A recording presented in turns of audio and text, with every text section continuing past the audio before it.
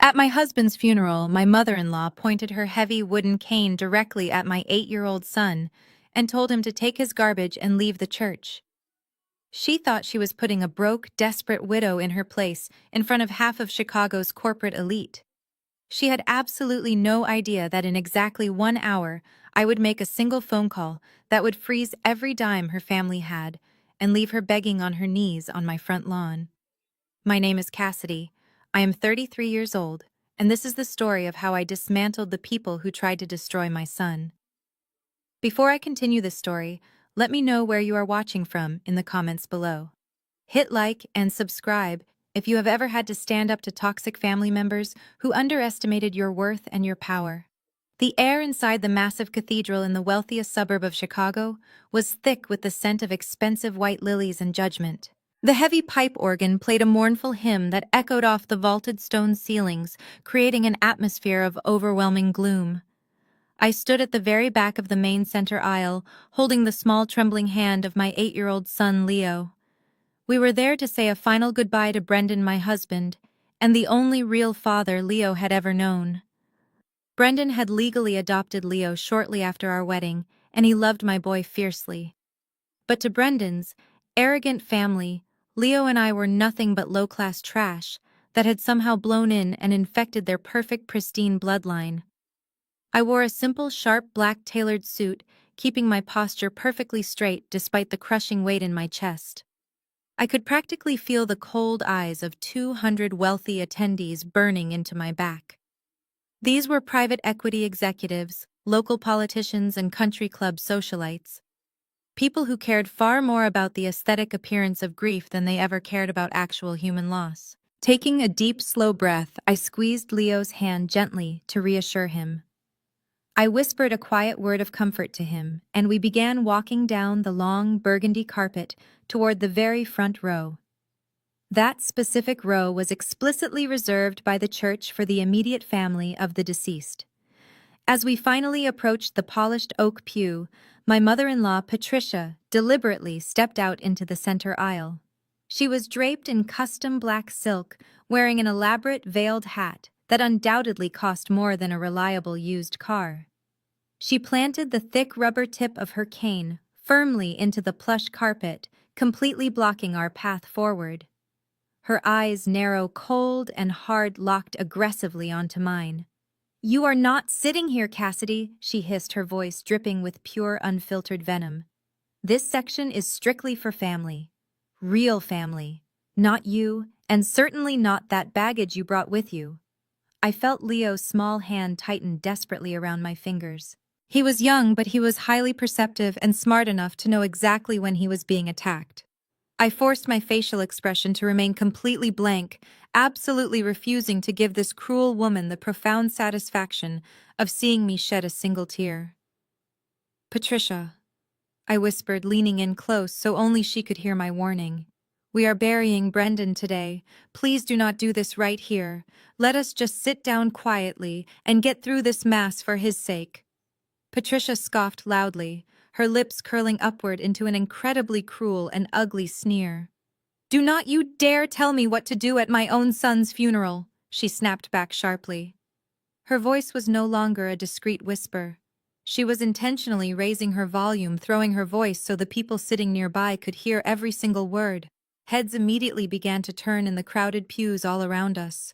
The hushed, chaotic murmurs of the wealthy congregation actually started to drown out the somber organ music. "I said move to the back," Patricia commanded, thrusting her cane forward and pointing it directly at Leo's small chest. "Take your garbage and leave this row immediately. He does not share Brendan's blood. He is nothing to us. He has absolutely no right to stand before that casket today." The sheer unmatched cruelty of her harsh words hung heavily in the stale church air. A wealthy older woman sitting directly in the second row gasped quietly. She was not gasping in sympathy for my terrified child, but rather in shock at the sudden public scandal unfolding before her. Patricia stood exceptionally tall, soaking in the dramatic attention. She wanted me to break down completely. Before Patricia could utter another venomous syllable, a second figure emerged from the polished wooden pew right behind her. It was Jasmine, my sister-in-law. Jasmine was a striking African-American woman who carried herself with the rehearsed arrogance of someone born into local political royalty.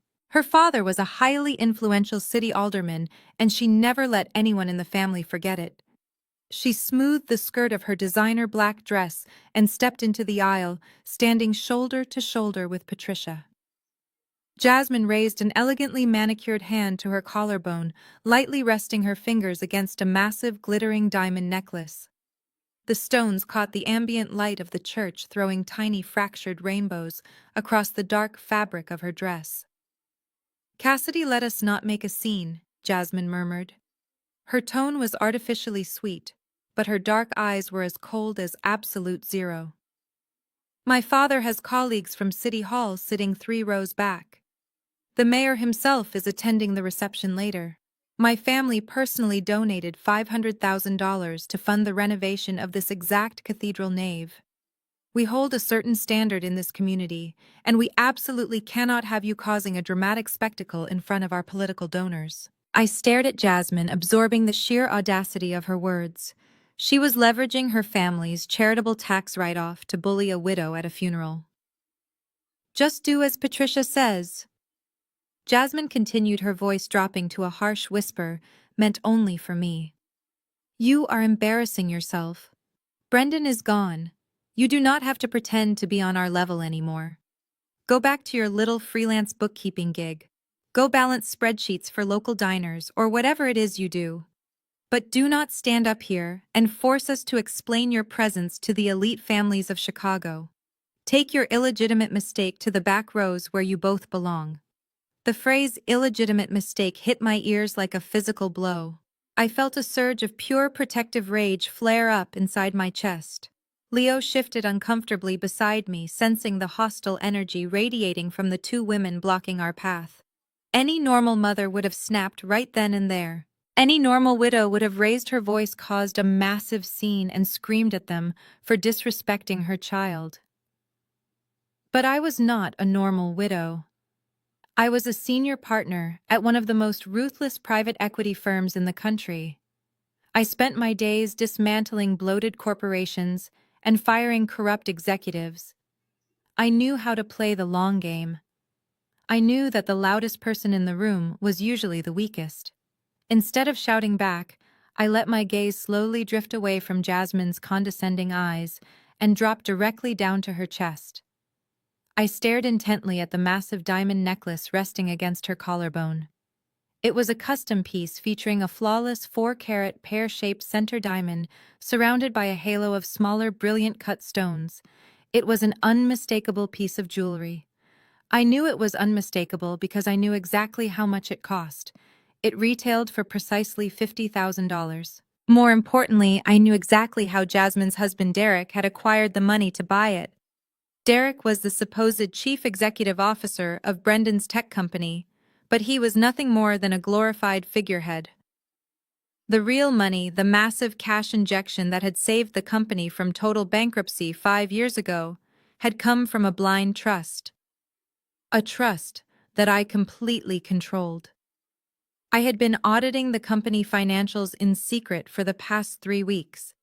I had tracked every single stolen dollar, every fraudulent expense, and every embezzled corporate fund that Derek had desperately funneled out of the business to support Jasmine's lavish political lifestyle. That necklace was not a gift from a wealthy husband. It was a piece of stolen corporate property. A slow, creeping realization washed over me. These women truly believed I was nothing. They truly believed I was a struggling freelance bookkeeper who had lucked into a wealthy marriage.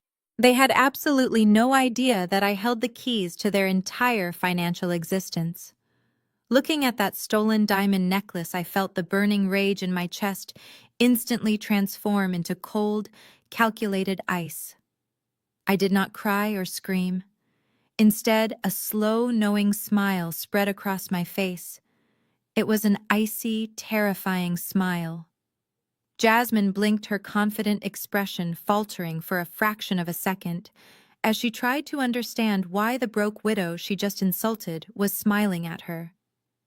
"Come, Leo," I said softly, my voice perfectly calm and completely steady. Let us find a quieter seat. We do not need this. Before Patricia could retort, or Jasmine could issue another veiled threat, the heavy wooden doors near the altar opened. Father Thomas, an elderly priest who had likely been compensated for his selective blindness, stepped out. He approached the microphone and cleared his throat with a loud cough vibrating through the massive speakers. The sound snapped the tension in the aisle like a dry twig. The wealthy congregation ceased their aggressive whispering and settled into their polished seats, pretending to be deeply pious. Patricia shot me one warning glare before taking her seat in the front row, flanked by Jasmine. They looked like royalty taking their thrones. I slowly turned away, gripping Leo's hand, and began the humiliating walk to the very back of the church. Every step we took on that burgundy carpet felt incredibly heavy, but I kept my chin perfectly level. I could feel the side eyes and judgmental stares from the venture capitalists and country club wives. They watched us retreat, assuming I had been put in my place by the rightful matriarch of the family. We finally reached the last pew, a cold, dark bench located next to the drafty entrance doors. We sat down in the shadows, completely separated from the rest of the attendees. It was a physical representation of how this family had always treated us. Cast aside, discarded, and shoved into the dark. The Mass began with the usual empty platitudes. Father Thomas spoke about Brendan's generosity and his brilliant mind, but the words felt hollow because the people sitting in the front row only cared about Brendan's bank accounts. About 20 minutes into the service, it was time for the eulogies. Derek, my brother-in-law, stood up and confidently marched to the podium. He adjusted his expensive silk tie, which I knew was charged to the corporate expense account, under the guise of client entertainment. Derek gripped the edges of the wooden podium, looking out over the crowd with an expression of deep manufactured sorrow. "Thank you all for being here," Derek began, his voice projected perfectly to fill the cavernous room. "We lost a giant today. Brendan was my older brother, my mentor, and the founder of our incredible tech firm. But as I look out at all of you, our esteemed investors, our loyal partners, our dedicated friends, I want to assure you that the legacy he built will not falter. It will not slow down." I sat in the back row listening as Derek completely hijacked his own brother's funeral to deliver a corporate pitch. He did not talk about Brendan's kindness. He did not mention how Brendan loved to hike or how he taught Leo how to ride a bicycle. Instead, Derek spent the next 10 minutes talking entirely about himself. Brendan laid the foundation. Derek continued, his voice rising with theatrical passion. "But it is now my solemn duty to take the helm of this company. As the new chief executive officer, I promise to guide our enterprise into an unprecedented era of profitability and expansion. We will honor Brendan's memory by aggressively dominating the market. We are a strong, resilient family, and we will protect our empire." He was practically giving an investor relations presentation while standing over a casket. The sheer narcissism was staggering. He was using the funeral to solidify his fake authority in front of the city's elite, desperately trying to secure his position before anyone could question his competence. Down in the front row, Patricia nodded along, proudly dabbing her dry eyes with a lace handkerchief. Jasmine looked around the room, making sure everyone was paying attention to her husband. Beside me, in the cold shadows of the back pew, I felt Leo begin to shake. The stress, the confusion, and the overwhelming cruelty of the day were finally catching up to him. He buried his small face into my side and began to cry softly, his little shoulders trembling with quiet sobs. He missed his dad, and he knew these people hated him. I wrapped my arm tightly around him, pulling him close against my ribs. I pressed my lips against the top of his head, smelling the faint scent of his child shampoo, mixed with the heavy incense of the church. "It is going to be okay, baby," I whispered directly into his ear. "I promise you, this is the very last time they will ever make you cry. I am going to fix all this. They are never going to look down on us again." I meant every single word. I glanced down at my purse where my encrypted phone was resting. The hour was quickly approaching. Let Derek enjoy his fleeting moment at the podium. Let him feel powerful, because soon he would have absolutely nothing. The agonizing service eventually bled into the bleak reality of the cemetery. The bitter Chicago wind whipped across the manicured grounds as Brendan's casket was slowly lowered into the freezing earth. I stood a respectful distance away, shielding Leo from the biting cold, and the venomous glares of the relatives gathered around the grave. Once the final prayers were muttered, the crowd began to disperse, retreating to their heated luxury vehicles. I tightened my grip on Leo's hand, turning toward the modest gravel path that led to my parked SUV. I just wanted to get my son out of the freezing wind and away from these vultures. But we never made it to my car. As I guided Leo around a massive stone monument, a hulking man in a tight black suit suddenly stepped directly into our path. It was Derek's personal driver, a man hired entirely for his intimidating physical presence, rather than his driving skills. He crossed his thick arms, completely blocking the narrow walkway. I tried to sidestep him, but he shifted his weight, mirroring my movement. Before I could demand, he moved the heavy tinted window of an idling stretch limousine rolled down just a few feet away. Derek leaned out, resting his elbow on the doorframe, with a sickeningly smug expression. "Get in, Cassidy," Derek ordered. His tone was not an invitation, it was a command. "We are having a private family meeting before the reception." I looked at the massive driver and then down at my shivering son. I knew Derek was pathetic enough to cause a physical scene right here in the cemetery dirt. I was not going to let Leo witness a physical altercation on the day we buried his father. I swallowed my pride, kept my spine rigid, and guided Leo into the plush, darkened interior of the limousine. The heavy door slammed shut behind us, plunging us into an atmosphere thick with the smell of expensive leather and overpowering perfume. Patricia and Jasmine were already seated opposite us, sipping sparkling water from crystal tumblers. Derek slid into the seat next to his mother, unbuttoning his suit jacket with a theatrical sigh. The limousine lurched forward, gliding smoothly onto the main road. Nobody spoke for the first few minutes. The silence was heavy and deeply oppressive, designed entirely to make me feel small and trapped. Derek finally broke the silence by reaching into his designer leather briefcase. He pulled out a crisp, thick manila envelope and tossed it casually onto the empty seat beside me. It landed with a heavy, authoritative thud. "I suggest you read that very carefully," Cassidy Derek said, leaning back and crossing his legs. "My lawyers finalized the paperwork this morning. I did not reach for the envelope." "What is this, Derek?" I asked, keeping my voice dangerously flat. "It is the future," Derek smiled thinly. "Or rather, it is reality catching up to you." While going through Brendan's personal safe at the office, we discovered a different will. An older will. One that was properly notarized and legally binding, dated exactly 6 years ago. My mind raced instantly, connecting the dates. 6 years ago was exactly 1 year before Brendan legally adopted Leo.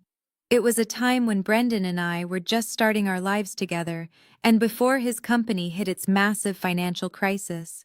According to this document, Derek continued, his voice dripping with triumphant satisfaction. Brendan left the entirety of his tech firm directly to me, his own flesh and blood, so I could properly manage the family legacy. Furthermore, the deed to the suburban mansion, the house you are currently squatting in, reverts entirely to our mother, Patricia.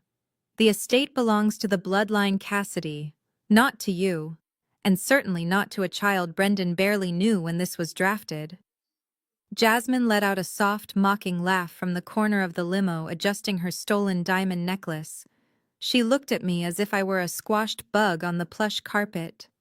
"You see the problem here?" Patricia chimed in, leaning forward and resting both hands heavily on the head of her cane. "You have absolutely zero legal standing. You thought you could just wait for my son to die and inherit a fortune you did not earn. You thought you could secure your miserable future with another man's money. But Brendan was smarter than you. He protected his real family." Patricia leaned even closer, her eyes burning with pure malicious hatred. The reception is at the house today, because it is my house now. You and that boy will attend the gathering, keep your mouths shut, and serve the guests as you should. Once the last investor leaves my property, you have exactly 24 hours to pack your cheap clothes and get out. Take your kid and go back to whatever slum you crawled out of. I stared at the manila envelope resting on the leather seat. I did not argue. I did not scream about forgery or demand to call a lawyer. I simply reached out, picked up the envelope, and placed it neatly into my purse, next to my encrypted phone. 24 hours, I repeated softly, looking directly into Patricia's eyes. Understood. They all smiled, believing they had just crushed me completely. They believed the war was over before it even started. But as the limousine pulled up to the massive iron gates of my $4 million estate, I knew the truth. They had just handed me the shovel they were going to use to dig their own graves. The heavy iron gates of the estate swung open, welcoming the sleek stretch limousine onto the pristine circular driveway. Dozens of luxury sedans and high-end SUVs were already parked along the manicured lawn. The post-funeral reception was fully underway, and the wealthy elite of Chicago had wasted absolutely no time invading my home. As soon as the driver opened the limo door, Patricia stepped out and immediately transformed into the grand matriarch of the manor. She straightened her posture, plastered on a brave, grieving smile, and began greeting the arriving venture capitalists and local politicians as if she held the deed to the property in her own two hands. Derek and Jasmine followed closely behind her, eager to soak up the residual power and influence mingling in the crisp afternoon air. I stepped out last, holding Leo's hand tightly. Before I could even guide my son toward the front door, Patricia turned sharply and snapped her fingers at me. She pointed her heavy wooden cane toward the coat check area near the grand foyer. "Make yourself useful, Cassidy," Patricia barked, her voice carrying over the chatter of several nearby guests. "Take the coats from the alderman and his wife. Then go to the kitchen and make sure the hired catering staff is actually doing their jobs. We are paying them a fortune, and I will not have you standing around looking pathetic while my guests go hungry." She was intentionally treating me like the hired help in front of the very people Derek needed to impress. I looked at the heavy winter coats being shoved in my direction. Instead of arguing, I simply took the coats and hung them up. I knew my silent obedience would only inflate their massive egos, pushing them further out onto the fragile financial branch I was about to snap. I walked past the crowded living room where Derek was already passing around business cards, laughing loudly as if he were at a corporate networking event rather than his brother's wake. But it was Jasmine who managed to push the absolute limits of human audacity. I found her leading a group of her father's political cronies toward the climate-controlled glass wine cellar tucked beneath the grand, sweeping staircase. Brendan had built that cellar himself. It was locked with a digital keypad, but Jasmine had clearly pressured Derek into giving her the access code. I watched from the hallway as the heavy glass door swung open. Jasmine confidently marched past the standard bottles of wine meant for the reception and reached the heavily protected reserve shelf. My blood ran completely cold. She grabbed a dusty bottle of 1982 vintage Bordeaux. It was a $10,000 bottle of wine. Brendan had purchased it at a private auction 5 years ago, explicitly stating we would only open it on the day Leo graduated from high school. Jasmine emerged from the cellar holding the bottle like a freshly won trophy. A caterer rushed forward offering a standard corkscrew, but Jasmine snatched it away, wanting the attention solely on herself. She carelessly uncorked the rare vintage, tearing the fragile cork in the process. She began pouring the incredibly expensive dark red liquid into oversized glasses, handing them out to her political friends who cheered in appreciation. "What a beautiful tribute," one of the local politicians noted, taking a large gulp of the rare wine. "Are you sure Brendan would not mind us opening his private reserve?" Jasmine let out a sharp, arrogant laugh, waving her hand dismissively. "Oh, please," she boasted loudly, making absolute sure her voice echoed off the marble floors and reached my ears. "Brendan is gone, and Derek is taking over the company now. Everything in this house belongs to the family. We deserve the finest things, and we are simply claiming what is rightfully ours. Leo tugged frantically at my suit jacket. Mom? He whispered, his voice shaking with distress. That is Dad's special bottle. The one for my graduation. Why is she taking it? I knelt down gently, gripping both of Leo's shoulders. I looked directly into his tear-filled eyes. Do not worry about the wine, sweetie, I said softly, my voice remaining perfectly calm, despite the inferno of rage burning inside my chest. Let them drink it. They are celebrating a victory they have not actually won. I stood back up and took his hand. I did not confront Jasmine. I did not scream at Patricia, who was now barking orders at the catering manager. I simply turned my back on the sickening display of greed and entitlement. I guided Leo past the crowded foyer and walked straight up the grand staircase. Patricia yelled my name, demanding I fetch more cocktail napkins, but I completely ignored her. I walked down the long carpeted hallway and stepped into the sprawling master suite. I pulled Leo inside, securely closed the heavy, solid oak door behind us, and turned the deadbolt until it clicked loudly into place. The muffled sounds of the stolen party faded away entirely. We were finally alone, and the trap was perfectly set. The heavy, solid oak door clicked shut, and the instant the deadbolt slid into place, the trembling, grieving widow vanished. I let out a long, slow exhale, allowing my posture to completely change. My shoulders dropped, the manufactured tension leaving my body. I walked over to the massive four-poster bed and gently lifted Leo onto the soft mattress. He was sniffling, wiping his red eyes with his suit jacket sleeve.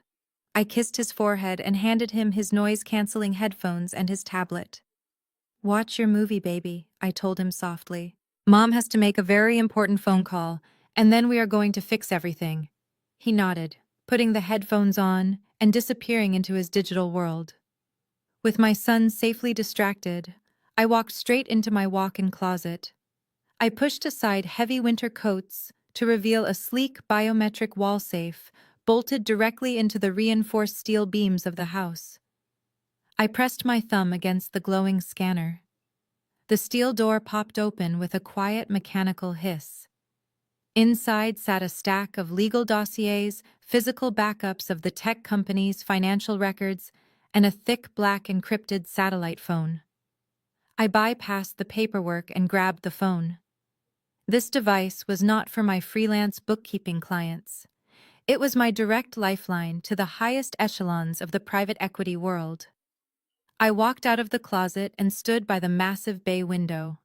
Below me in the sprawling backyard, I could see caterers setting up heat lamps and passing out expensive appetizers. Derek was holding court on the patio, laughing with a politician, while Jasmine paraded her stolen diamond necklace around the pristine swimming pool. They looked incredibly comfortable and completely oblivious. I unlocked the secure phone and dialed the only contact saved in its memory. The line rang exactly twice before a crisp, deep voice answered. Preston was my lead wealth manager and the most ruthless corporate attorney in Illinois.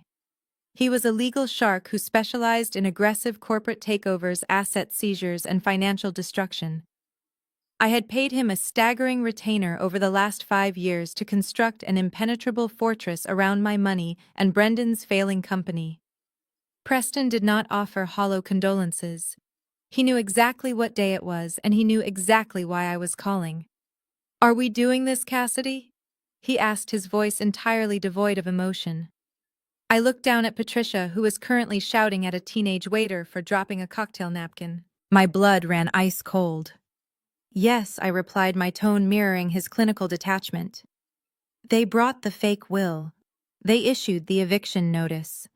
Jasmine is wearing the stolen company diamonds, and Derek is currently pitching himself as the new chief executive officer to our private investors. They crossed every single line we anticipated. It is time." I took a deep breath, feeling the absolute power of the moment surge through my veins. Preston, initiate Protocol Omega. Freeze it all. I want them bleeding financially in exactly 1 hour. There was a brief pause, followed by the rapid clacking of a mechanical keyboard. Protocol Omega was not a bluff. It was a comprehensive financial kill switch we meticulously designed months ago when I first uncovered Derek's massive embezzlement scheme. The protocol would instantly lock all corporate accounts, suspend every company credit card recall, all outstanding business loans, and trigger immediate defaults on every single asset Derek and Patricia had leveraged against the company. It was financial ruin delivered at the speed of a fiber optic connection. Understood. Preston confirmed. I am executing the primary freeze orders right now. The banks are being notified of the fraudulent activity, and the corporate accounts will be locked down within 10 minutes. All secondary credit lines will be severed automatically. The foreclosure notices on their personal vehicles and properties are already in the hands of the repo teams. They are en route to your location as we speak. I will be arriving at the estate with my private security contractors in precisely 45 minutes to deliver the eviction notices personally. Thank you, Preston, I said quietly. Make sure there are zero loopholes. I do not want them having access to a single dollar, not even enough to buy a cup of coffee. I hung up the secure phone and slipped it into my pocket. I turned back toward the window, resting my hand against the cool glass. The party was reaching its peak. They were drinking my stolen wine and laughing at my expense. I watched them with the cold, detached fascination of a scientist observing insects in a glass jar. They had exactly 60 minutes left before their entire fake reality shattered into tiny pieces. The countdown had officially begun. Downstairs, the atmosphere was entirely disconnected from the solemn reality of a funeral. The sprawling living room of my estate had been completely transformed into what looked like a high-stakes corporate networking event. Through the floorboards, I could hear the loud, booming voice of my brother-in-law. Derek was standing in front of the massive stone fireplace, holding a crystal glass of expensive scotch. He was completely surrounded by a tight circle of Brendan's most crucial private investors and local venture capitalists. These were the men who held the future of the tech firm in their hands, and Derek was desperately trying to convince them that he was the rightful heir to the throne. I stepped away from the bedroom window and walked over to the cracked door, listening carefully to the echoing conversation rising from the grand foyer. Derek was putting on the performance of a lifetime. He puffed out his chest and gestured grandly with his free hand. Brendan was a visionary. There is no denying that Derek lied smoothly, taking a slow sip of his scotch. But his approach was far too conservative. He was afraid of aggressive expansion. As the new chief executive officer, I am completely restructuring our quarterly targets. We are going to trim the dead weight and push into international markets by the fourth quarter. You boys are going to see returns like never before. I guarantee it. The investors murmured politely, nodding along while sipping their drinks. They were wealthy, practical men who cared only about their profit margins. As long as the company stock remained stable, they did not care who occupied the corner office. Derek soaked in their quiet approval, his ego expanding to fill the massive room. He genuinely believed his own delusions. He actually thought wearing a tailored suit and reciting business buzzwords made him a competent executive. A few feet away, Jasmine was playing the perfect political wife. She was weaving through the crowd of elite guests, laughing too loudly and strategically tilting her neck so the stolen $50,000 diamond necklace caught the light of the crystal chandeliers. She was ensuring every single person in the room knew exactly how rich and powerful her family supposedly was. Patricia was busy terrorizing the waitstaff, snapping her fingers and demanding they refill the champagne flutes faster. The entire family was drunk on stolen power, completely unaware that the financial ground beneath their feet had already turned to quicksand. As Derek continued to pitch his imaginary corporate strategies to the group of investors, the head catering manager approached him. The manager was a tall, sharply dressed man who looked increasingly stressed. He carried a sleek black leather portfolio under his arm. He politely cleared his throat, waiting for a break in Derek's monologue. "Excuse me, sir," the catering manager interrupted softly, leaning in so as not to disturb the wealthy guests. I apologize for the interruption during such a difficult day, but per our contract, we require the final payment for the reception services before my staff begins the cleanup process, especially considering the addition of the reserve wine and the premium seafood stations your mother requested an hour ago. Derek stopped his pitch and turned to the manager. He looked slightly annoyed by the interruption, but then a smug smile spread across his face. He saw this as the perfect opportunity to prove his financial dominance in front of the key investors. Of course, Derek said loudly, making sure the venture capitalists were watching. We spare absolutely no expense for my brother. He deserves a send-off fit for a king, and the company always takes care of its own. What is the final damage for today? The catering manager opened the leather portfolio and handed Derek a beautifully printed invoice. With the extra staffing, the imported lobster tails, and the vintage wine your family opened, the final total comes to exactly $15,400, sir. Derek did not even flinch. He did not blink at the staggering price tag because he had absolutely no concept of the value of money. He had never earned a single dollar of it himself. He reached inside his tailored suit jacket with a dramatic flourish and pulled out a sleek, heavy metal card. It was the black corporate Amex, the ultimate symbol of executive power and unlimited financial resources, a card that belonged strictly to my private equity firm. Derek placed the heavy black card directly onto the manager's leather portfolio, tapping it twice with his index finger. "Run it," Derek commanded confidently, his voice dripping with arrogant authority. "Add a 20% gratuity for your staff. We appreciate the hard work today." The manager bowed his head slightly. "Thank you, sir. I will process this immediately and bring you the receipt." Derek turned back to the investors, raising his glass of scotch with a triumphant smirk. "As I was saying, gentlemen, the future of our company is brighter than ever." The manager pulled a sleek black mobile terminal from his portfolio and smoothly inserted the heavy metal card. Derek did not even bother watching. He just took another sip of his scotch. He was entirely focused on maintaining eye contact with a senior partner from a major venture capital firm. A sharp, high-pitched electronic beep pierced the sophisticated murmur of the room. The terminal screen flashed a bright, angry red. The manager frowned slightly and tapped the screen, clearing the error message. He tried inserting the card a second time. The same harsh beep echoed instantly, followed by the word "declined" displayed in bold letters. The manager cleared his throat gently, stepping closer to Derek. "I am terribly sorry, sir." The manager whispered, his tone perfectly polite, but carrying a hint of genuine confusion. "It appears the transaction was declined by the issuer." Derek stopped mid-sentence, his triumphant smirk faltering for a fraction of a second.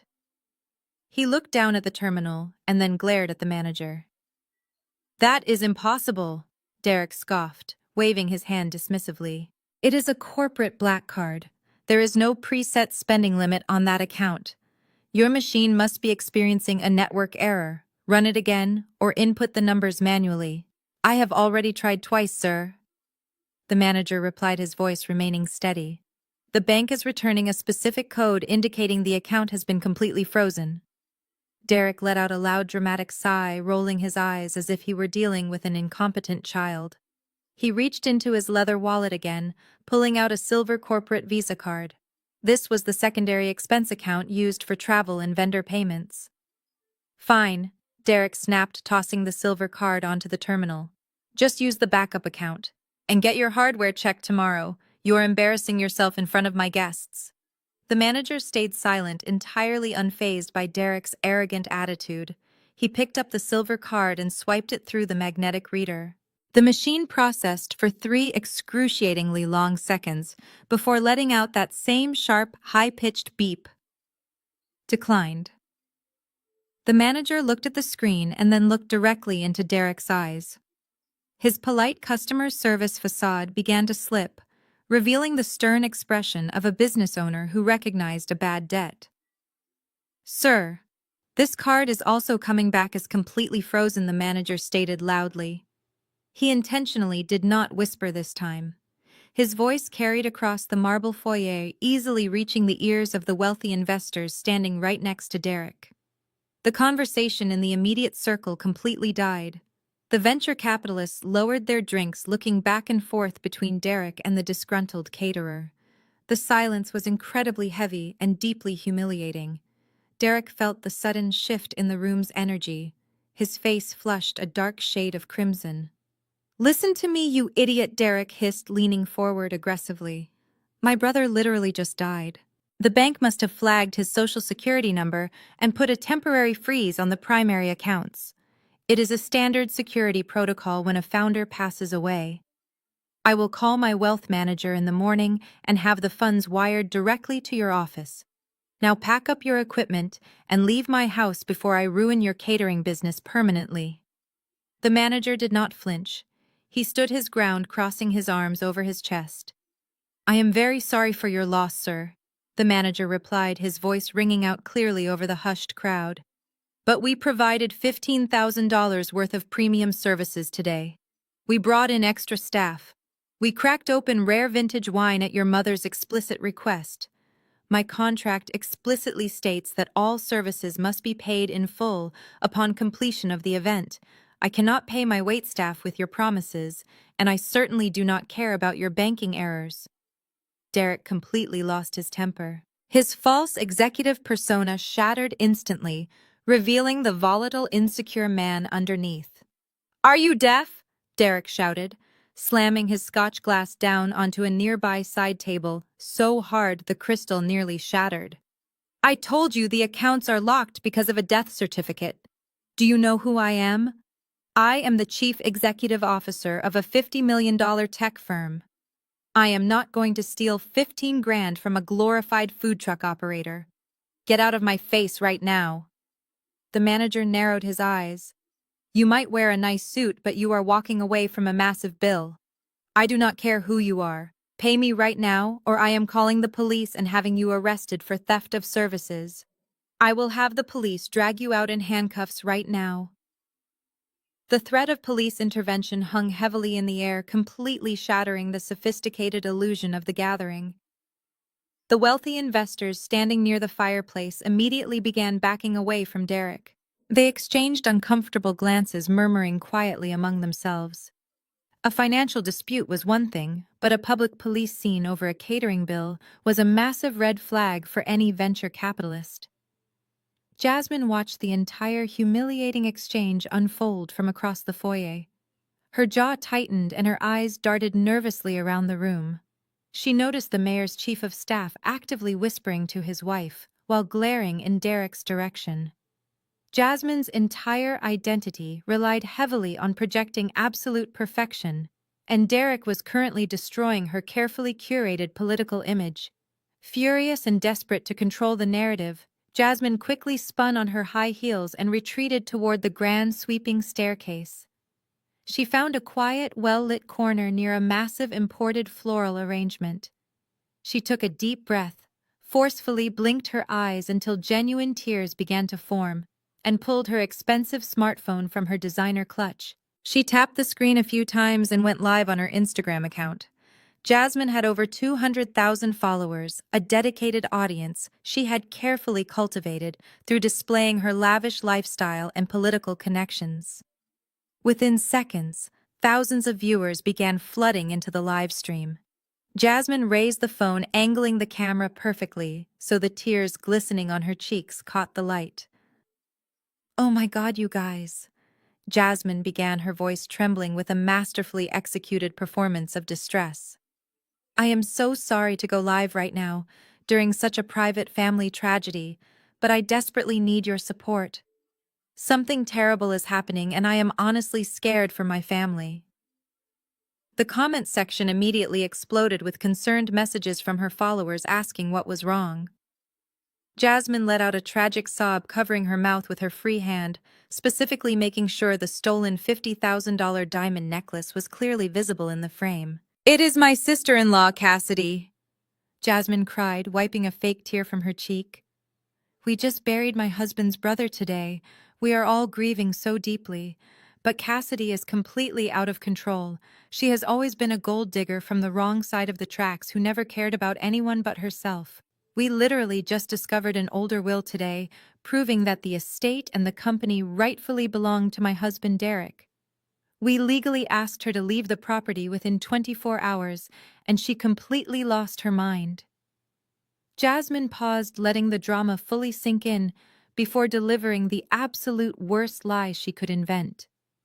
"She is draining the corporate accounts," Jasmine whispered frantically, looking over her shoulder as if she were in actual physical danger.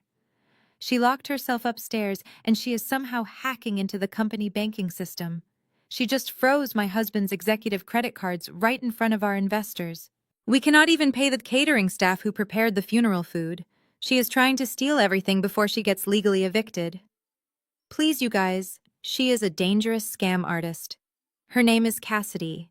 She works as a shady freelance bookkeeper, and she is currently destroying my family on the worst day of our lives." The impact was entirely instantaneous. The digital mob mobilized with terrifying speed. Up in the master bedroom where I was quietly reviewing the execution logs of Protocol Omega, my secure phone suddenly buzzed. Then it buzzed again. Within 5 seconds, it was vibrating relentlessly across the nightstand. I picked it up and saw an absolute avalanche of notifications flooding my screen. Jasmine's loyal followers had immediately tracked down my old personal social media accounts I had not actively used in over 4 years. Suddenly, thousands of vicious comments and direct messages began pouring in. They called me a thief, a parasite, and a pathetic gold digger. They threatened to report my bookkeeping business to the state licensing board. They posted pictures of my old modest apartment claiming I was going to be sent back to the slums. A few fanatic followers even managed to find the address of my child's elementary school, threatening to show up and protest. They called my innocent son a fake heir used to trap a wealthy man. I sat on the edge of the bed, staring at the endless stream of digital hatred scrolling rapidly across my screen. Jasmine thought she was being incredibly clever. She thought she could weaponize her digital audience to bully me into submission and publicly humiliate me into handing over the keys to the kingdom. She believed she was controlling the narrative and positioning herself as the innocent victim of a greedy widow. I did not panic. I did not try to defend myself online or delete my social media accounts. I simply locked my phone screen and tossed it back onto the bed. Her pathetic online smear campaign meant absolutely nothing to me because social media outrage could not pay off a foreclosed mortgage. Jasmine was busy crying for her internet fans, completely unaware that the real world was about to crash through the front door. Piercing air horns shattered the elegant afternoon. The string quartet Patricia hired abruptly stopped playing. A sudden mechanical roar of massive diesel engines echoed from the pristine circular driveway. Investors abandoned their champagne flutes, crowding around the towering windows. I stood silently at the top of the staircase, looking down. Through the glass panes, guests watched in bewilderment as 2 enormous tow trucks breached the private iron gates. Their bright yellow hazard lights painted the manicured lawns in harsh flashing strokes, illuminating shocked faces. The industrial vehicles rumbled heavily over the expensive imported gravel, leaving deep tire tracks. They looked like beasts invading a quiet sanctuary of wealth. The first tow truck, a massive rig equipped with reinforced steel hydraulic lifts, bypassed the long row of guest vehicles entirely. It aggressively backed up, pivoting with practiced precision until its rear was perfectly aligned with Derek's absolute pride and joy. It was a custom matte black Porsche 911. Derek had bought it just 6 months ago, explicitly using corporate funds under the guise of an executive transportation lease. He spent his weekends polishing it and bragging about its superior horsepower to anyone who would listen. Derek was standing near the fireplace when the loud mechanical whir of the hydraulic lift engaged. He looked out the massive front window, and his face instantly drained of all color. His arrogant executive posture evaporated entirely, replaced by sheer unadulterated panic. "That is my car!" Derek yelled, his voice cracking as he shoved his way violently past a group of startled older investors. "Move out of the way right now." He practically sprinted across the polished marble foyer, nearly slipping in his expensive leather dress shoes.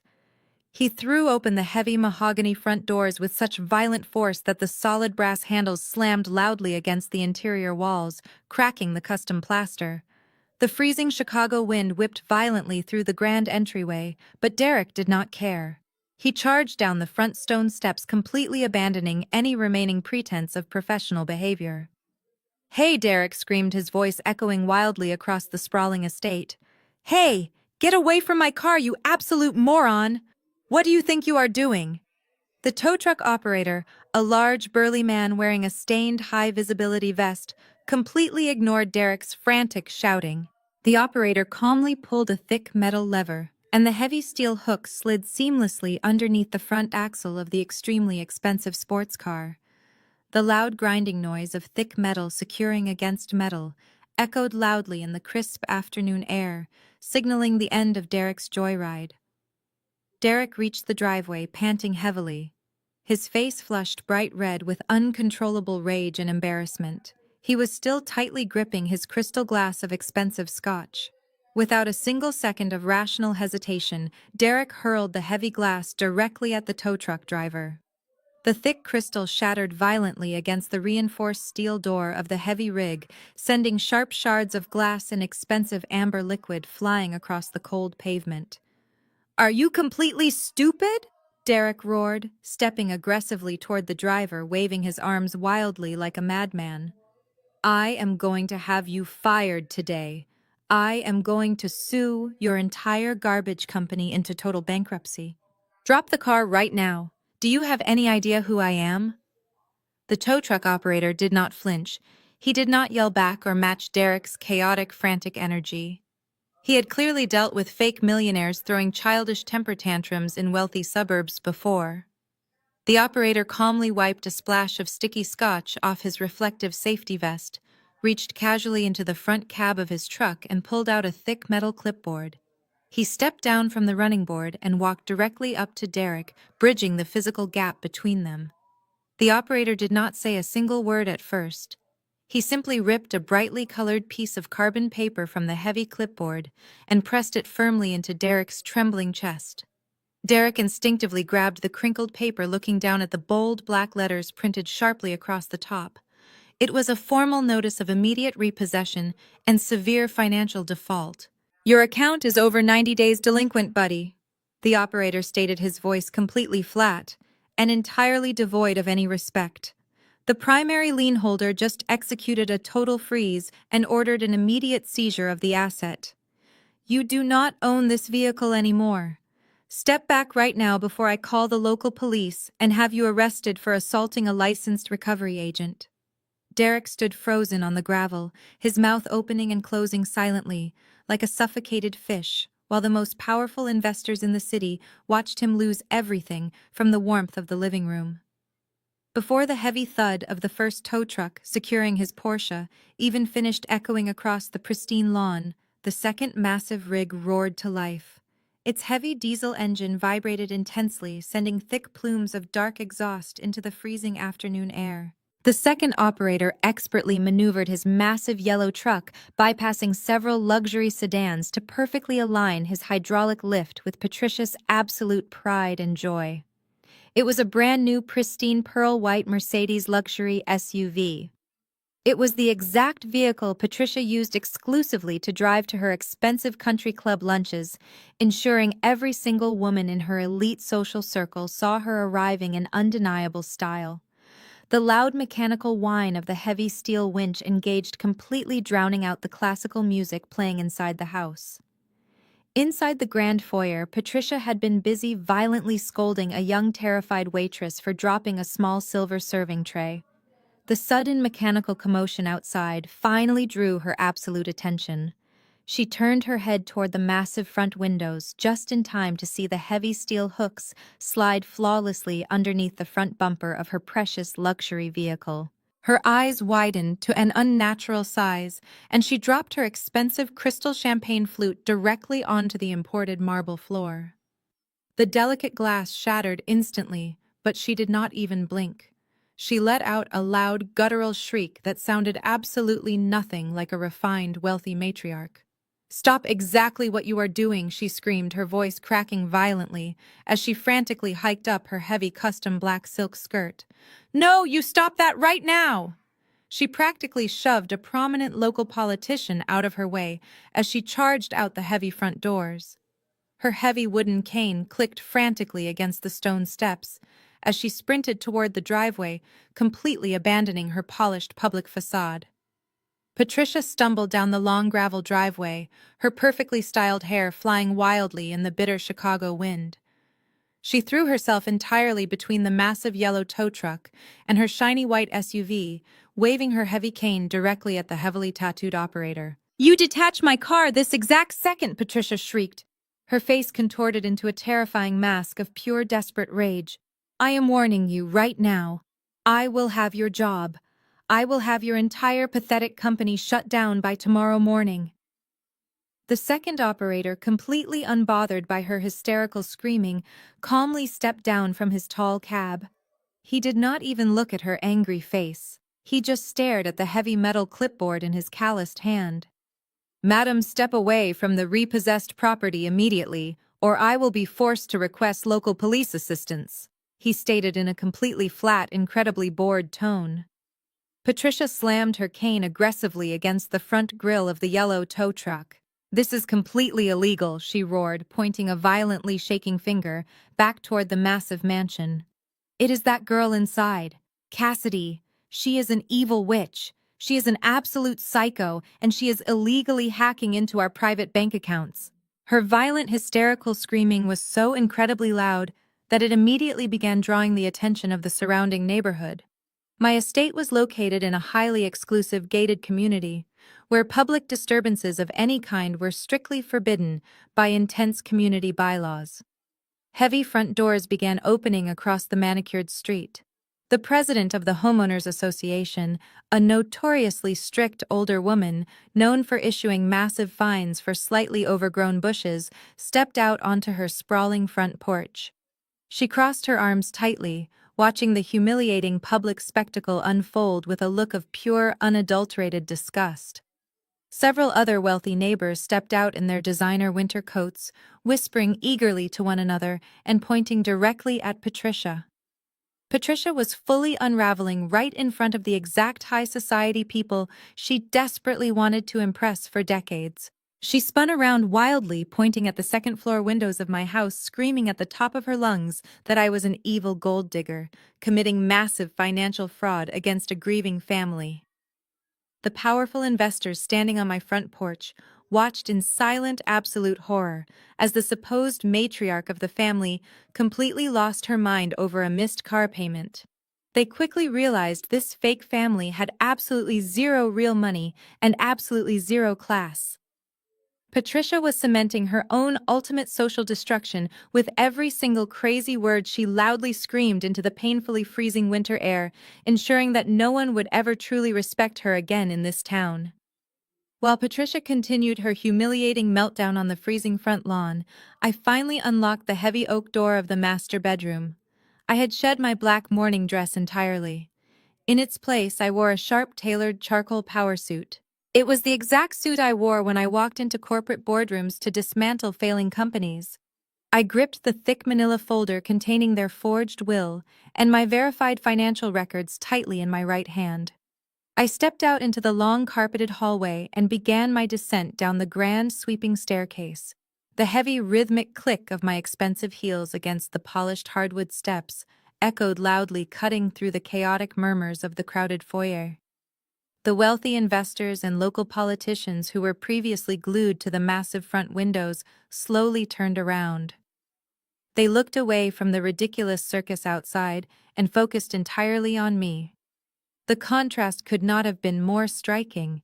Outside, their supposed chief executive officer and the grand matriarch of the family were screaming wildly at blue-collar workers over repossessed luxury vehicles. Inside, I stood completely calm, perfectly composed and radiating absolute authority. I reached the bottom landing of the staircase just as the heavy mahogany front doors burst open violently. A massive gust of bitter winter wind rushed into the warm foyer, blowing out several expensive decorative candles. Patricia stormed back inside her custom black silk dress, covered in small specks of dirt and freezing slush from the driveway. Her elaborate veiled hat sat crookedly on her head, making her look entirely unhinged. She was panting heavily, leaning hard on her wooden cane as her wild eyes scanned the room. The second she spotted me standing calmly at the base of the stairs, her face twisted into a mask of pure, unfiltered hatred. She let out a guttural scream and charged directly across the marble floor, raising her heavy wooden cane as if she were actually going to strike me. "You evil little witch!"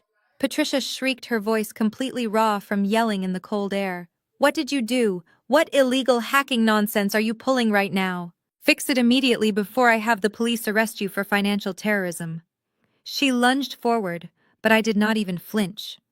I did not step back, and I certainly did not raise my voice.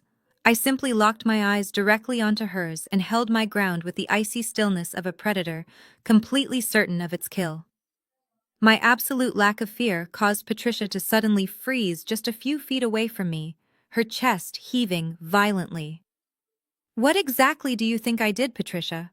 I asked, my voice perfectly level and devastatingly calm.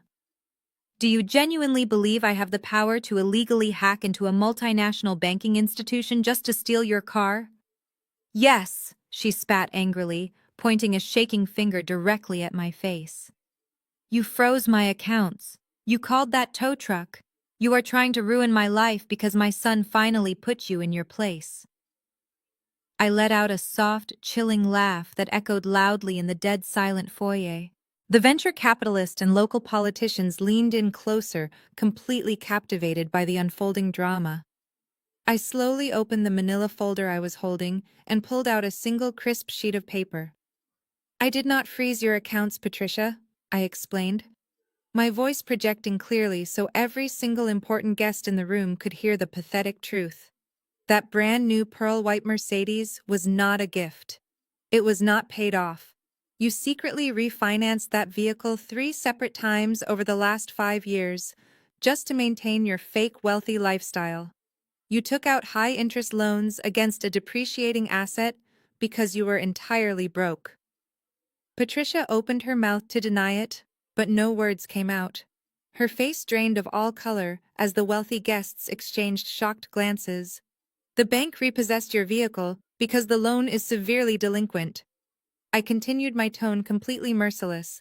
"And the only reason it took them this long to repossess it is because someone else was secretly covering your $2,000 monthly payment.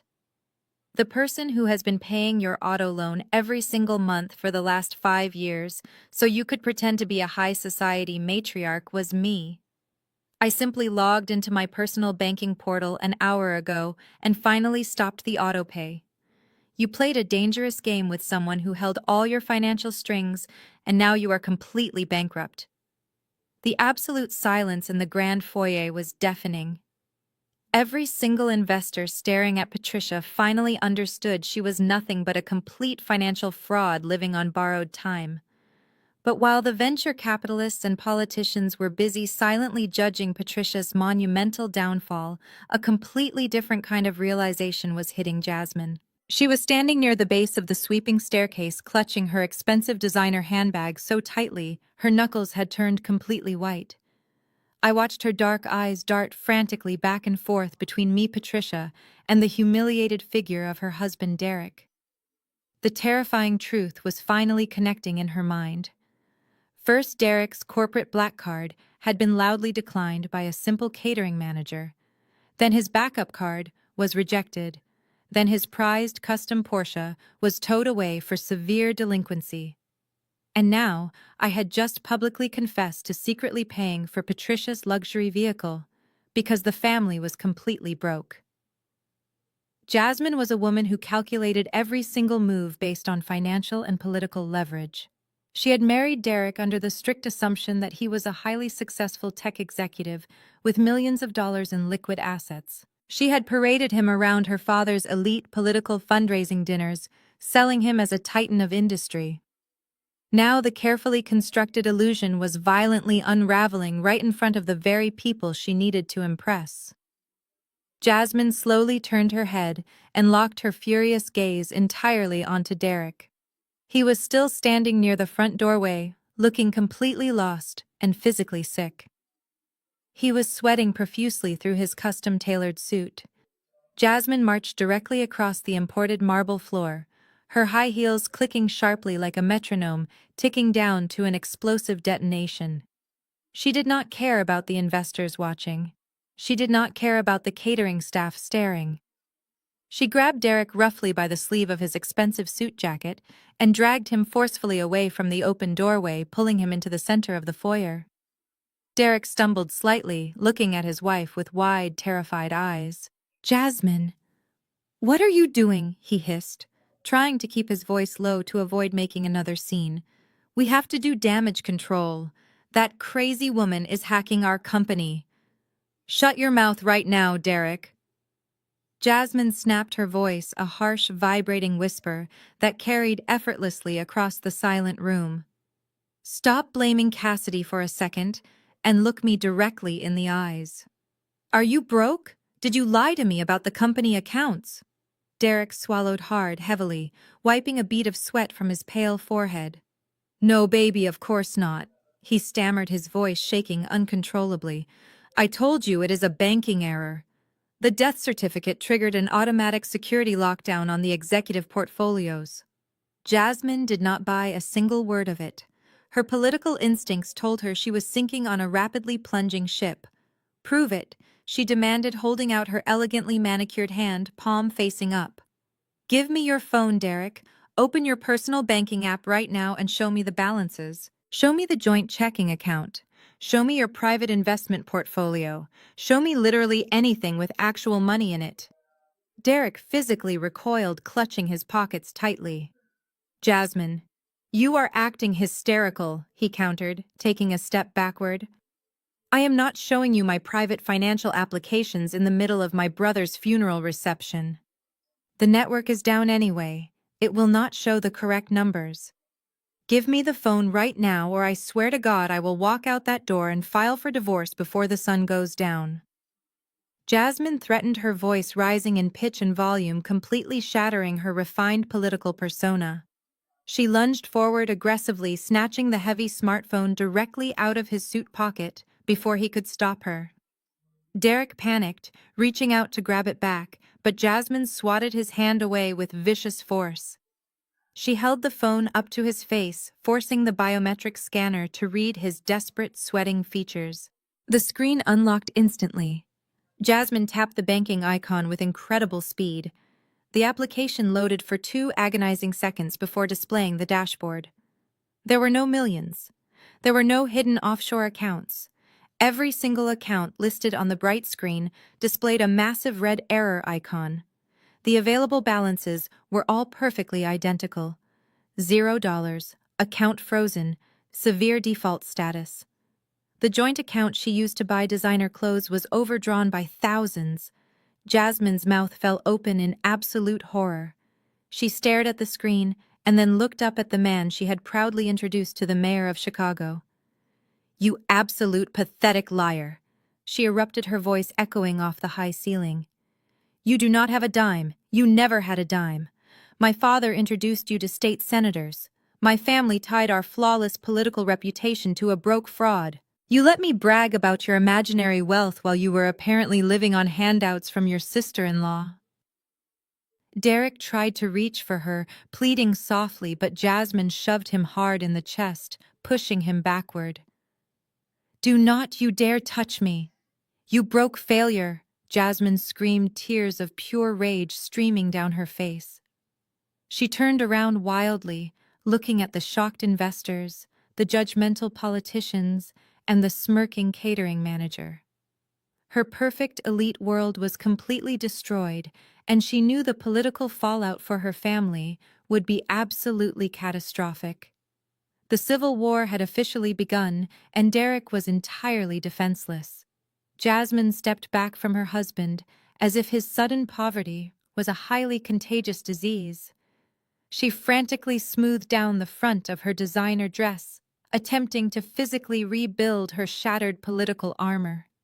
The elite guests in the room were murmuring loudly, completely abandoning any pretense of attending a respectful funeral. Jasmine knew she had mere seconds to distance herself from this spectacular financial train wreck before her father's political rivals used this exact moment to destroy her family at the polls.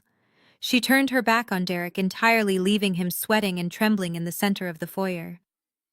She locked her furious dark eyes onto me, standing calmly at the base of the sweeping staircase.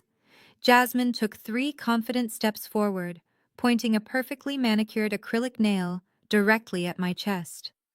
"Listen to me very carefully," Cassidy, Jasmine announced, her voice ringing out with practiced theatrical authority. "You might have managed to pull off some pathetic cyber trick to temporarily freeze my husband's accounts, but you have made a massive miscalculation. You forgot exactly who you are dealing with. I am not some desperate country club housewife you can easily intimidate. My father is an alderman. My family employs an entire floor of the most ruthless defense attorneys in Chicago." I stood my ground, holding the manila folder loosely at my side. I did not interrupt her desperate monologue.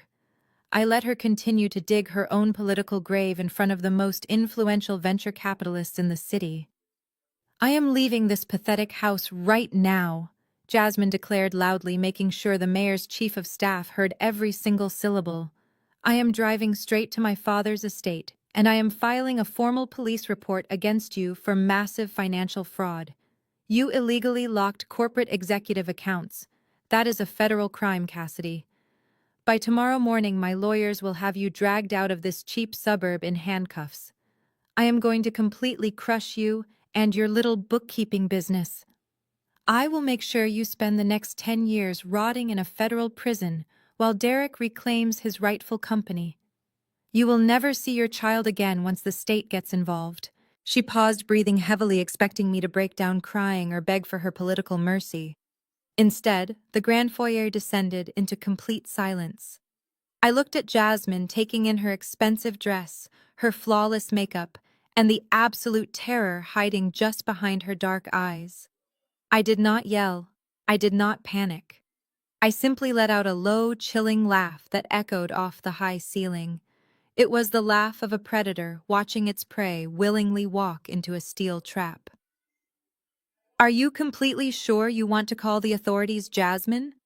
I asked, my voice dangerously soft, but carrying perfectly across the silent marble floor.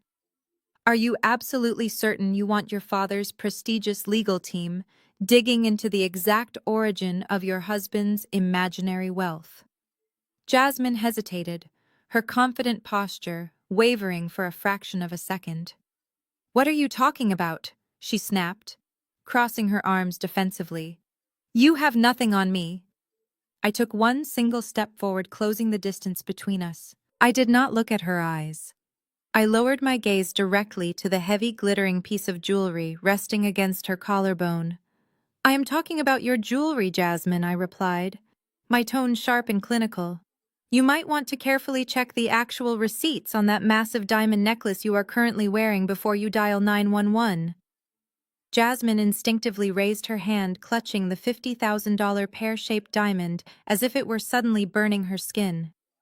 "Derek did not buy that necklace with his executive salary," I explained loudly, ensuring every single private investor heard the brutal truth. "Because Derek does not actually have an executive salary. He is a low-level employee who has been systematically embezzling tens of thousands of dollars from the corporate accounts for the past 3 years. He bought that exact necklace using stolen corporate funds. Funds that belong exclusively to the investors standing in this very room." A collective gasp rippled through the crowd of venture capitalists. The men who had been nodding along to Derek's business pitch just 10 minutes ago now stared at Jasmine with pure legal hostility. They realized their investments were physically hanging around her neck. "So please," I continued, gesturing casually toward the front door. "Call the police. Call your father's lawyers. Bring the media. But when the detectives arrive, you better have a spectacular political spin ready. Because when you leave wearing that property, I am pressing full criminal charges." Jasmine froze entirely. She could not speak. She looked back at me completely terrified. The absolute reality of federal prison time and the complete destruction of her father's political career finally silenced her. Before she could muster a single pathetic excuse, a heavy, low hum of a powerful engine vibrated through the grand foyer. The remaining guests turned their attention back to the massive front windows, eager for any distraction from the intense hostage situation playing out before them. A sleek, completely black Cadillac Escalade with heavily tinted windows rolled smoothly through the open iron gates. It completely ignored the chaos of the massive yellow tow trucks and the yelling neighbors gliding effortlessly up the circular gravel driveway. It parked directly in front of the sweeping stone steps, completely blocking the large catering van. The heavy doors of the luxury SUV opened in perfect unison, revealing the arrival of my final devastating counterattack. Preston stepped out into the freezing, bitter Chicago wind. My lead wealth manager looked exactly like a corporate Grim Reaper. He wore a perfectly tailored midnight blue suit and carried a sleek titanium briefcase. He did not look at the shattered crystal on the driveway or the screaming HOA president. He was a man who traded in absolute power, and he was flanked by its physical manifestation. Two massive private security contractors stepped out of the Escalade right behind him.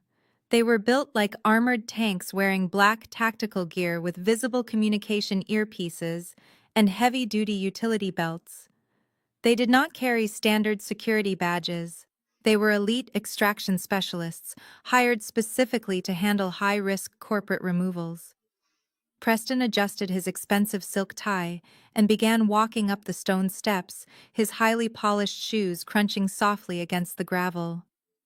The armed contractors followed exactly one step behind him, forming an impenetrable human shield.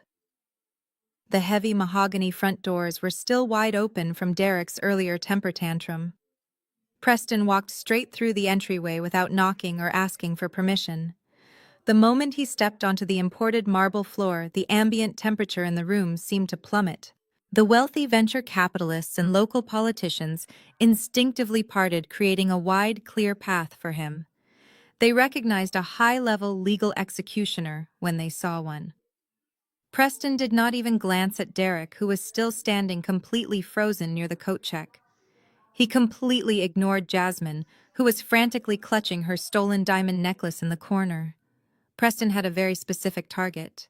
He walked directly toward Patricia, who had just managed to stumble back into the center of the foyer after her humiliating meltdown on the manicured lawn. Patricia was breathing heavily, her custom black silk dress wrinkled and stained with winter slush. She tried to straighten her posture, leaning heavily on her wooden cane, attempting to project the fake matriarchal authority she had completely lost to the crowd. Preston stopped exactly 3 feet away from her, his expression utterly blank. He calmly popped the silver latches of his titanium briefcase. The sharp metallic click echoed loudly in the dead silent room. He extracted a thick stack of legal documents printed on heavy bonded paper, bearing the red seal of the state of Illinois. Preston extended his hand, pressing the heavy stack of papers directly against Patricia's chest, forcing her to instinctively grab them. "You are formally served," Preston stated, his voice incredibly deep and entirely devoid of any human empathy. "This is an immediate notice of eviction and a legal mandate to vacate the premises. You and your family have exactly 60 minutes to collect your personal belongings and leave this property forever. If you do not comply, my security team will physically remove you." Patricia stared down at the bold black letters printed across the top page. For a moment, pure shock registered on her face. Then a harsh, ugly sound erupted from her throat. She threw her head back and actually laughed. It was a chaotic, desperate laugh that bounced off the high ceiling. She violently shoved the eviction notice back at Preston, letting the heavy papers fall completely to the marble floor. "Are you out of your absolute mind?" Patricia shrieked, her voice echoing with delusional confidence. She reached into her expensive handbag and aggressively pulled out the folded copy of the 6-year-old document Derek had given her in the limousine. She shoved the crinkled paper directly into Preston's perfectly calm face. "This house belongs to my son," she roared, pointing wildly at the document. "Brendan left this entire estate to his real family. You cannot evict me from my own property. Read the will, you absolute idiot. Read the legally binding will right now before I have these armed thugs arrested for trespassing." Preston did not even blink, as Patricia shoved the crumpled 6-year-old document directly into his face. He calmly reached out his large hand and took the piece of paper from her trembling fingers. He did not read it. He did not even unfold it completely. He simply glanced at the date stamped across the top margin and let out a soft, almost imperceptible sigh of professional annoyance. He dropped the supposedly ironclad will onto the marble floor right next to the eviction notice, letting it flutter harmlessly to the ground like a piece of meaningless trash. "What are you doing?" Patricia screamed, her eyes wide with frantic disbelief. "That is a legally binding document. That is a piece of worthless historical fiction," Preston corrected her, his voice carrying the absolute finality of a judge delivering a death sentence. "A will only dictates the distribution of assets that the deceased actually owns at the exact time of their death. Brendan could have written a will leaving you the entire moon, Patricia, but it would not make you an astronaut." Patricia blinked aggressively, clearly struggling to comprehend the harsh legal reality crashing down on her. "What are you talking about?" she stammered, pointing a shaking finger at the high vaulted ceilings of the grand foyer. "My son bought this house. He built this massive tech company. I am his mother, and I am the primary beneficiary of his estate." Preston slowly reached back into his titanium briefcase and pulled out a separate, incredibly thick bound folder. He flipped it open, revealing official property records stamped with the heavy blue seal of the county clerk. "Your son did not buy this house," Preston stated loudly, ensuring the investors and politicians lingering in the background heard every single humiliating detail. "5 years ago, your son completely bankrupted his personal portfolio. His company was deeply in debt, and his personal assets were entirely liquidated to satisfy his angry creditors. Brendan died with exactly $6,000 in his personal checking account. He owned absolutely nothing." A collective gasp rippled through the crowd. The wealthy venture capitalists who had just listened to Derek's grand corporate speech looked at each other in sheer disbelief. The illusion of the rich tech family was being violently torn apart piece by piece right in front of them.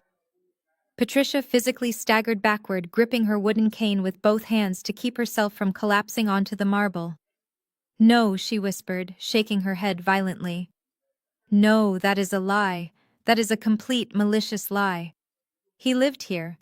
He hosted massive luxury parties here. He paid the expensive property taxes." "He did not pay the property taxes," Preston countered clinically, tapping a manicured finger against the official registered deed. "This $4 million suburban estate was purchased entirely in cash exactly 4.5 years ago. It was bought out of a private foreclosure, but it was not purchased by Brendan. The legally registered owner of this property, the corporate entity that pays the taxes, the massive utility bills, and the landscaping costs is a private wealth management firm named Apex Holdings, LLC. Patricia desperately latched onto that specific piece of legal information like a drowning woman grabbing a razor blade. "Then we will sue the LLC," she shrieked, her voice echoing violently off the expensive crystal chandeliers. "We will take the company to court." Brendan was the original founder. Preston actually smiled. It was a cold, terrifying smile that did not reach his eyes. "You cannot sue the LLC, Patricia, because Apex Holdings is a highly secured private blind trust. It is a financial vehicle designed specifically to protect extreme wealth from greedy, manipulative relatives and public scrutiny. And the sole exclusive 100% beneficiary of that blind trust is standing right behind you." Patricia slowly turned her head. She looked at me standing calmly at the base of the sweeping staircase, wearing my charcoal power suit and holding my own manila folder. The reality of the situation finally slammed into her chest with the physical force of a speeding freight train. "Brendan never owned this house," Preston concluded, his voice booming with undeniable legal authority. He was simply living in his wife's property as a guest. You are not standing in your son's grand estate, Patricia. You are currently trespassing in Cassidy's living room, and Cassidy wants you out immediately. The silence that followed was absolute. It was the kind of heavy, suffocating silence that occurs right after a massive explosion. Patricia stared at me, her jaw completely slack, her eyes wide with undeniable terror. The woman she had tormented, belittled, and called a low-class gold digger for nearly a decade was actually the silent landlord of her entire fake reality. I did not smile or gloat. I simply maintained intense, unbroken eye contact with her, letting her drown in the devastating truth. You have exactly 55 minutes left, Patricia, I reminded her, my voice perfectly steady and ruthlessly cold. I strongly suggest you start packing your cheap bags before my security team starts physically tossing them out onto the freezing driveway. Patricia collapsed onto her knees. Her wooden cane clattered loudly against the imported marble floor, echoing through the dead, silent foyer. The fake matriarch who had terrorized me for a decade was finally broken. She covered her face with her shaking hands, weeping openly in front of the city elite. But Derek was not ready to surrender. He was too deeply intoxicated by his own massive ego and the desperate need to look powerful in front of his wife and the venture capitalists. He pushed past his sobbing mother, ignoring her distress, and stomped directly toward Preston. "Fine," Derek shouted, his voice cracking slightly with frantic adrenaline. "Fine. Keep the stupid house, Cassidy. I do not care. We never liked this oversized mausoleum anyway. You can sit here all by yourself and rot in the suburbs. I am still the chief executive officer of a $50 million tech firm. The company is entirely mine."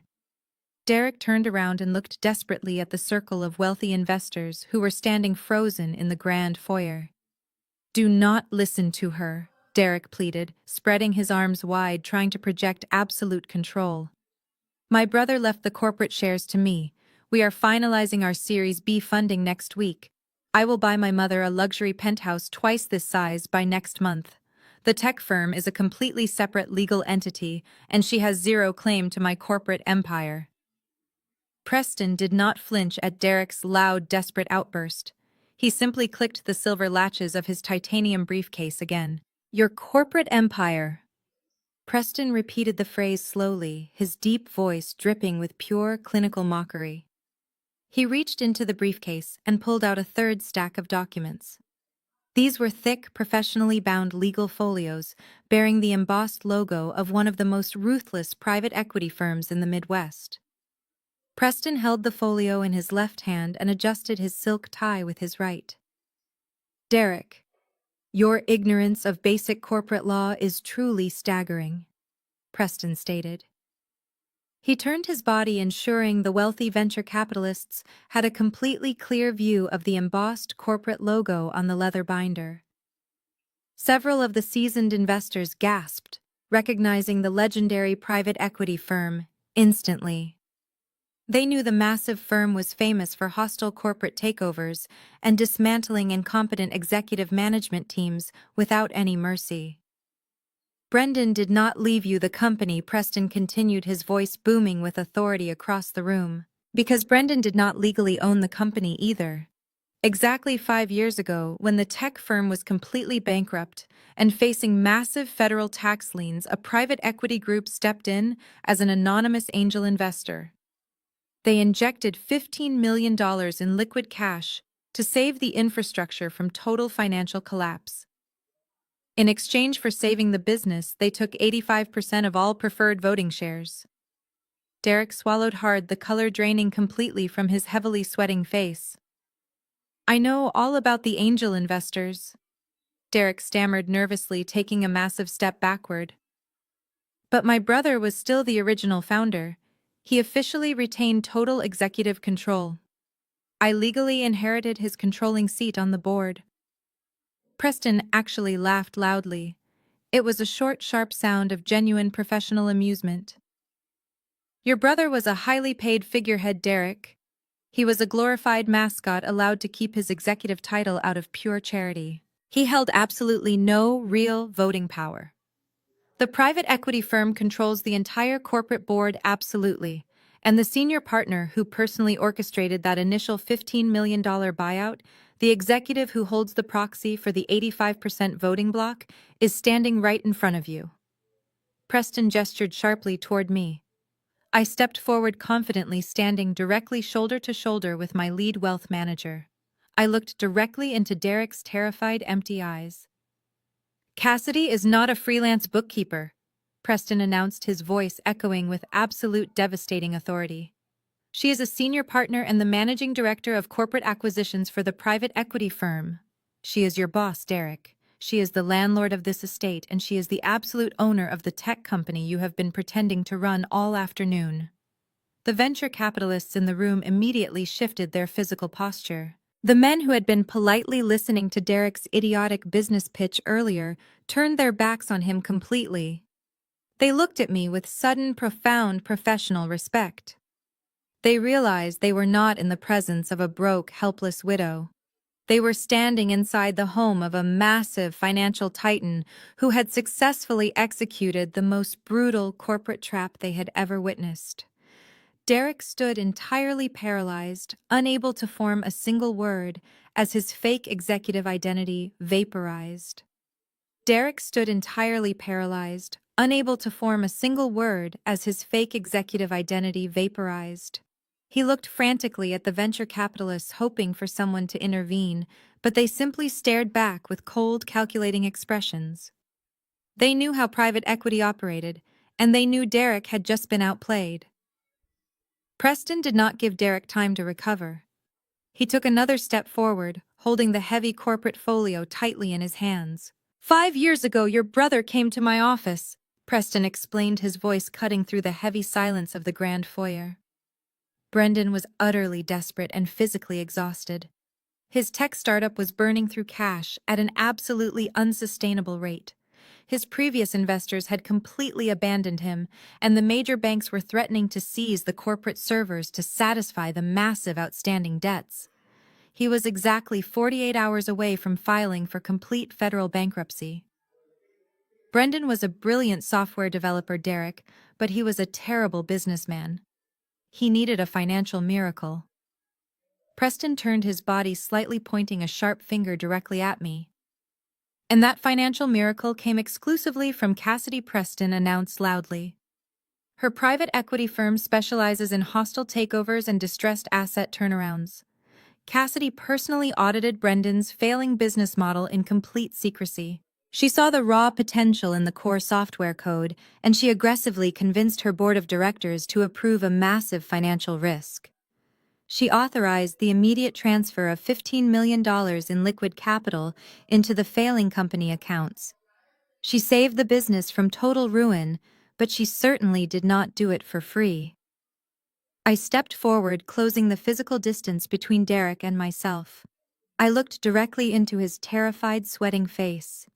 My firm demanded exactly 85% of the preferred voting shares in exchange for that capital injection, I said, my voice perfectly calm and completely steady. We restructured the entire corporate hierarchy overnight. Brendan was allowed to stay on as the founder and the public face of the company, strictly to maintain brand consistency in the tech market. But behind closed doors, my firm controlled every single major financial decision. I hold the proxy for those 85% voting shares, Derek. I control the board of directors. Derek shook his head violently, his face contorted in pure, pathetic denial. No, he stammered nervously, taking a massive step backward away from me. That is completely impossible. I am the chief executive officer. Brendan proudly named me the chief executive officer 3 years ago. I have the expensive business cards. I sign the employee payroll checks every single month. I attend all the elite networking conferences in the city. I am actively running this entire company and bringing in the crucial external revenue. You cannot simply take my entire executive life away from me today. You are running absolutely nothing, Derek, I replied, my tone dropping to a ruthless, icy whisper. You are a highly paid corporate mascot. 3 years ago, your mother, Patricia, would not stop complaining to Brendan.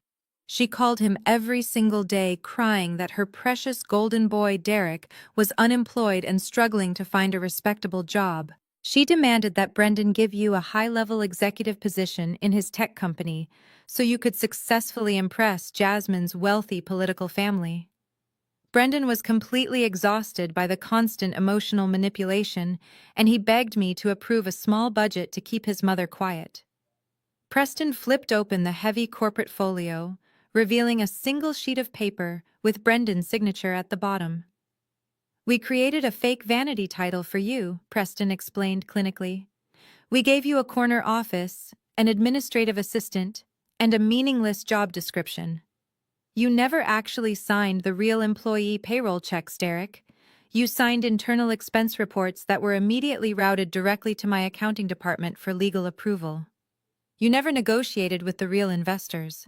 You were intentionally sent to meaningless networking conferences to keep you out of the corporate headquarters, so the real educated adults could actually run the business without your constant interference."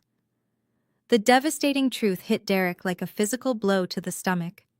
His professional life, his marriage to Jasmine, and his fake wealthy identity had all been carefully manufactured by the woman he had spent years insulting. "You were given a fake sandbox to play in, Derek," I said loudly, ensuring the silent crowd heard every single brutal word. "We gave you a shiny executive title and a corporate credit card because it was significantly cheaper than listening to Patricia cry about your constant pathetic failures. But you were never the boss. You were just an expensive nuisance we tolerated to keep the family peace. And today the family peace officially expired forever."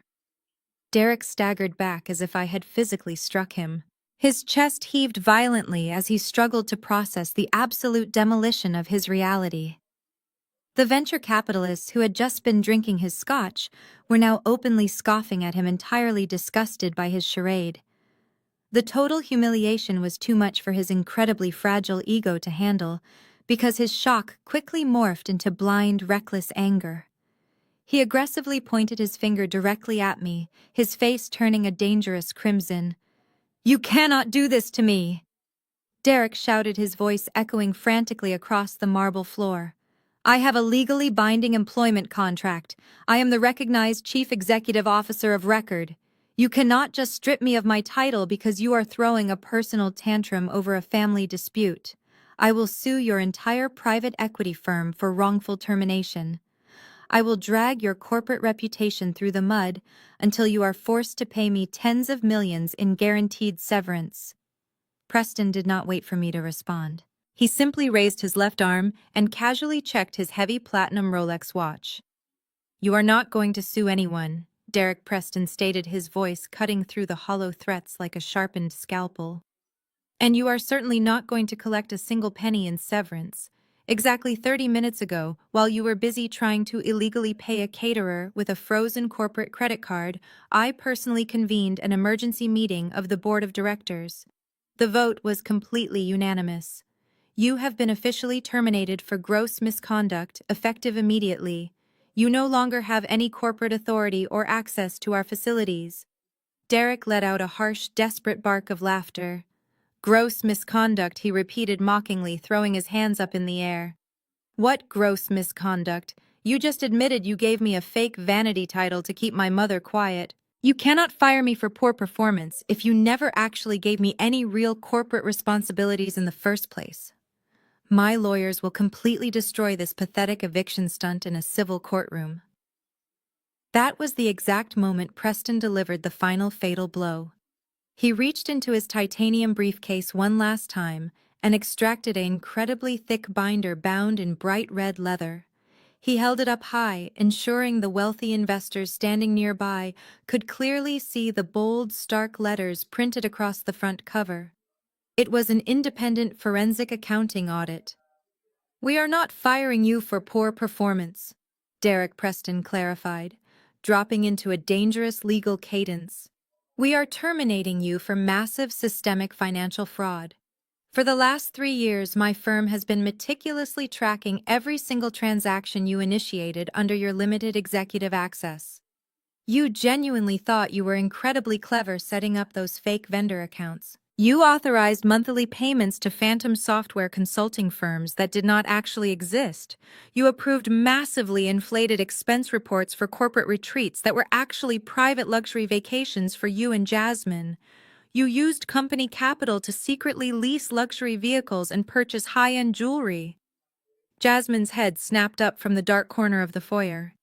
She stared at Derek, her eyes wide with fresh, absolute horror, as the staggering scale of his deception was laid bare in front of her prestigious political allies. She realized instantly that she was wearing the stolen evidence right on her neck. Derek began to shake violently. The aggressive color completely drained from his face, leaving him looking physically sick. He took another step backward, bumping heavily into a small marble table.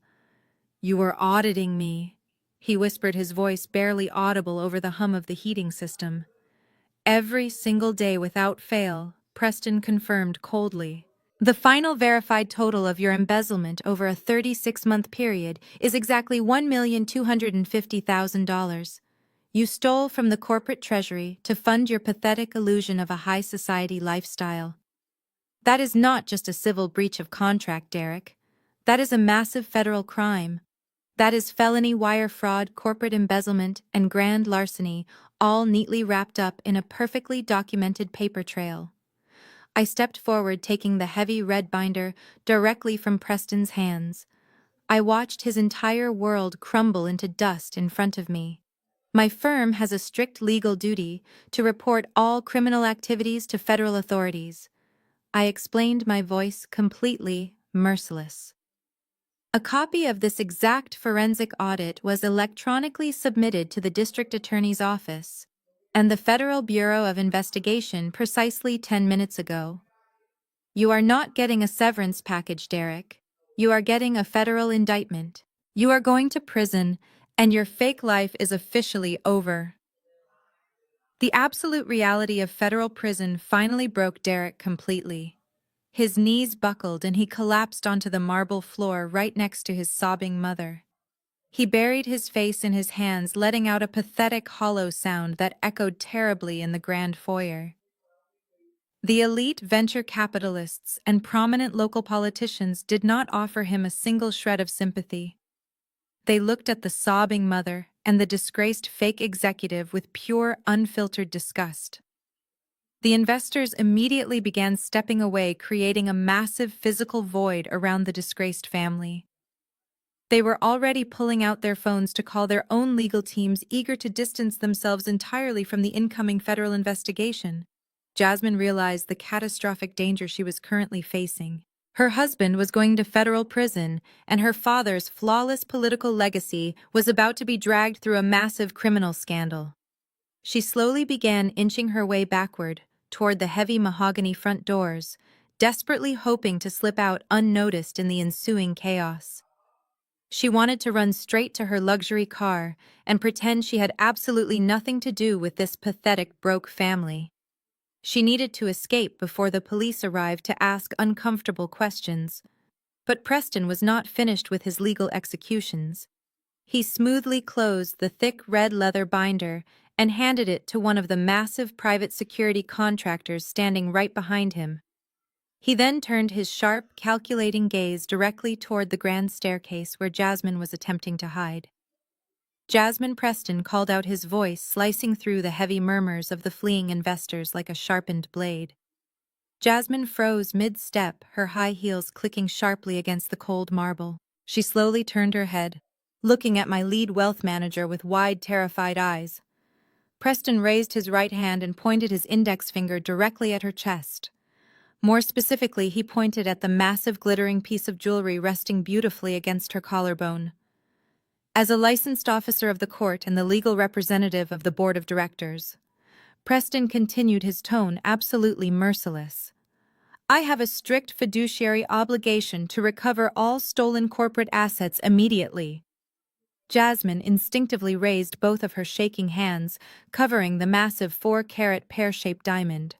"What are you talking about?" she stammered, her voice trembling uncontrollably under the intense pressure. "This was an anniversary gift from my loving husband."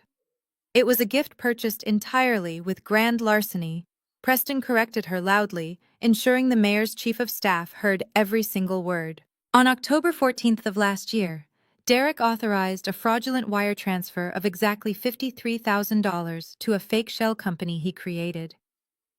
2 days later, $50,000 was wired from that shell company directly to a high-end custom jeweler in downtown Chicago. We have the itemized receipt, matching the exact serial numbers of those specific diamonds currently sitting right around your neck. You are wearing stolen corporate property, Jasmine. You are publicly displaying the physical evidence of a massive federal crime. The remaining guests gasped, stepping even further away from Jasmine, as if she were highly contagious. The prominent politician who had just been admiring the expensive necklace 10 minutes ago looked absolutely sick to his stomach. Jasmine was completely trapped. She could not lie her way out of a forensic accounting audit, and she certainly could not outrun a fast-approaching federal indictment. She looked frantically at Derek, hoping her husband would miraculously stand up and defend her. But Derek remained completely broken, sobbing quietly on the floor. I stepped past Preston, walking slowly across the imported marble floor, until I was standing just a few feet away from my terrified sister-in-law. I looked at her flawless makeup, which was now completely ruined by dark streaks of running mascara. I looked at her incredibly expensive designer dress. Then I looked directly into her panicking, frantic eyes. "You came into my house today and called me a low-class gold digger," I said, my voice completely flat and deadly calm. "You told me I was an absolute embarrassment to your elite political family. You told my innocent 8-year-old son he was an illegitimate mistake who did not belong in this wealthy high society world. But the only person standing in this room who is actively living on stolen money is you." I extended my right hand, keeping my palm open and facing upward. "That necklace is corporate property," I stated, delivering the final absolute ultimatum. "Take it off right now or my security will do it for you." Jasmine let out a loud, tragic sob. Her hands shook violently as she quickly undid the clasp. She threw it onto the floor. The heavy 4-carat diamond hit the imported marble floor with a sharp metallic clatter that echoed loudly through the dead silent foyer. Jasmine did not wait for Preston to say another word. She grabbed the edges of her expensive designer dress and practically ran toward the heavy mahogany front doors. She shoved past the whispering venture capitalists, abandoning her disgraced husband, who was still weeping softly on the floor. Jasmine fled down the sweeping stone steps, her high heels crunching frantically against the freezing gravel driveway. She threw herself into her luxury sedan, slammed the door, locked it, and sped off into the bitter Chicago afternoon, leaving Derek to face the federal authorities entirely alone. Preston looked down at the stolen necklace gleaming against the cold marble. He casually motioned to one of the massive private security contractors. The contractor stepped forward, scooping up the $50,000 piece of evidence and placing it securely into a heavy plastic evidence bag. Preston then turned his cold, clinical gaze toward Derek and Patricia. "The 60 minutes are officially up," Preston announced, his voice booming with absolute legal authority. "The grace period for voluntary departure has completely expired. You are now criminally trespassing on private property." Preston gave a sharp, decisive nod. The two elite extraction specialists moved with terrifying mechanical efficiency. They were massive men, easily over 6 feet tall, heavily muscled, and completely devoid of human empathy. The first contractor walked directly over to Derek. He did not ask him to stand up. He reached down, grabbing the expensive fabric of Derek's custom-tailored suit jacket, and hoisted the grown man to his feet with completely effortless force. Derek stumbled wildly, his face pale and covered in cold sweat. He did not fight back. The reality of his impending federal indictment had entirely broken his spirit. The contractor forcefully marched Derek toward the front door, treating the former fake chief executive officer like a common vagrant. The second contractor approached Patricia. She was still standing near the base of the grand staircase, clutching her heavy wooden cane with white-knuckled desperation. "Madam, you need to exit the premises immediately," the contractor commanded, his deep voice completely flat.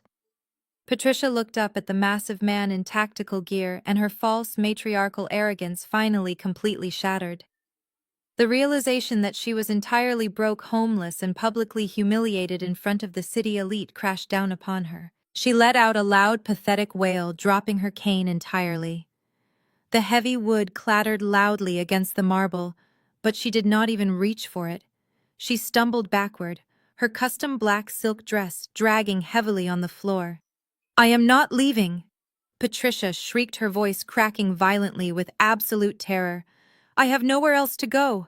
My cars are gone. My bank accounts are completely frozen.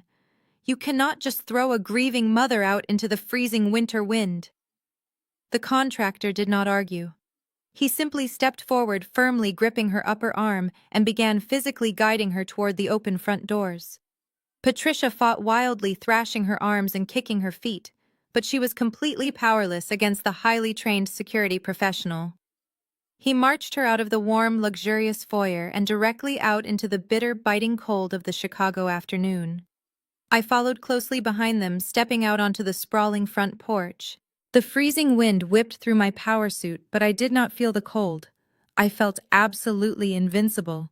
I stood at the top of the sweeping stone steps, looking down at the spectacular wreckage of the family who had tormented me for an entire decade. The venture capitalists crowded around the massive front windows, safely inside the warm house, watching the ultimate destruction of the fake tech dynasty. The security contractor released Patricia at the bottom of the steps.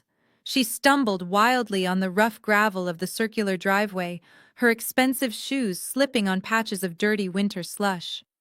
She looked around frantically, seeing her repossessed luxury vehicles already hooked up to the massive yellow tow trucks. She saw Derek standing by the iron gates, completely numb and broken. Patricia suddenly turned back toward me. She dropped entirely down to her knees right there on the freezing, dirty gravel. She crawled forward desperately, dragging her silk dress through the slush until she reached the stone steps. She reached out her shaking hands and grabbed the perfectly pressed fabric of my suit pants, gripping my legs with pathetic, terrifying desperation. "Cassidy, please!" Patricia sobbed hysterically, tears streaming heavily down her completely ruined face. "Please do not do this to us. We are a family. Brendan would want his family to stay together. Please find it in your heart to grant us forgiveness." I stood perfectly still on the top step, allowing the freezing winter wind to whip around us. I did not reach down to help her up. I did not offer her a single tissue to wipe away the dark streaks of expensive mascara running down her cheeks. For 10 agonizing years I had bitten my tongue and swallowed my pride to keep the peace in this toxic family.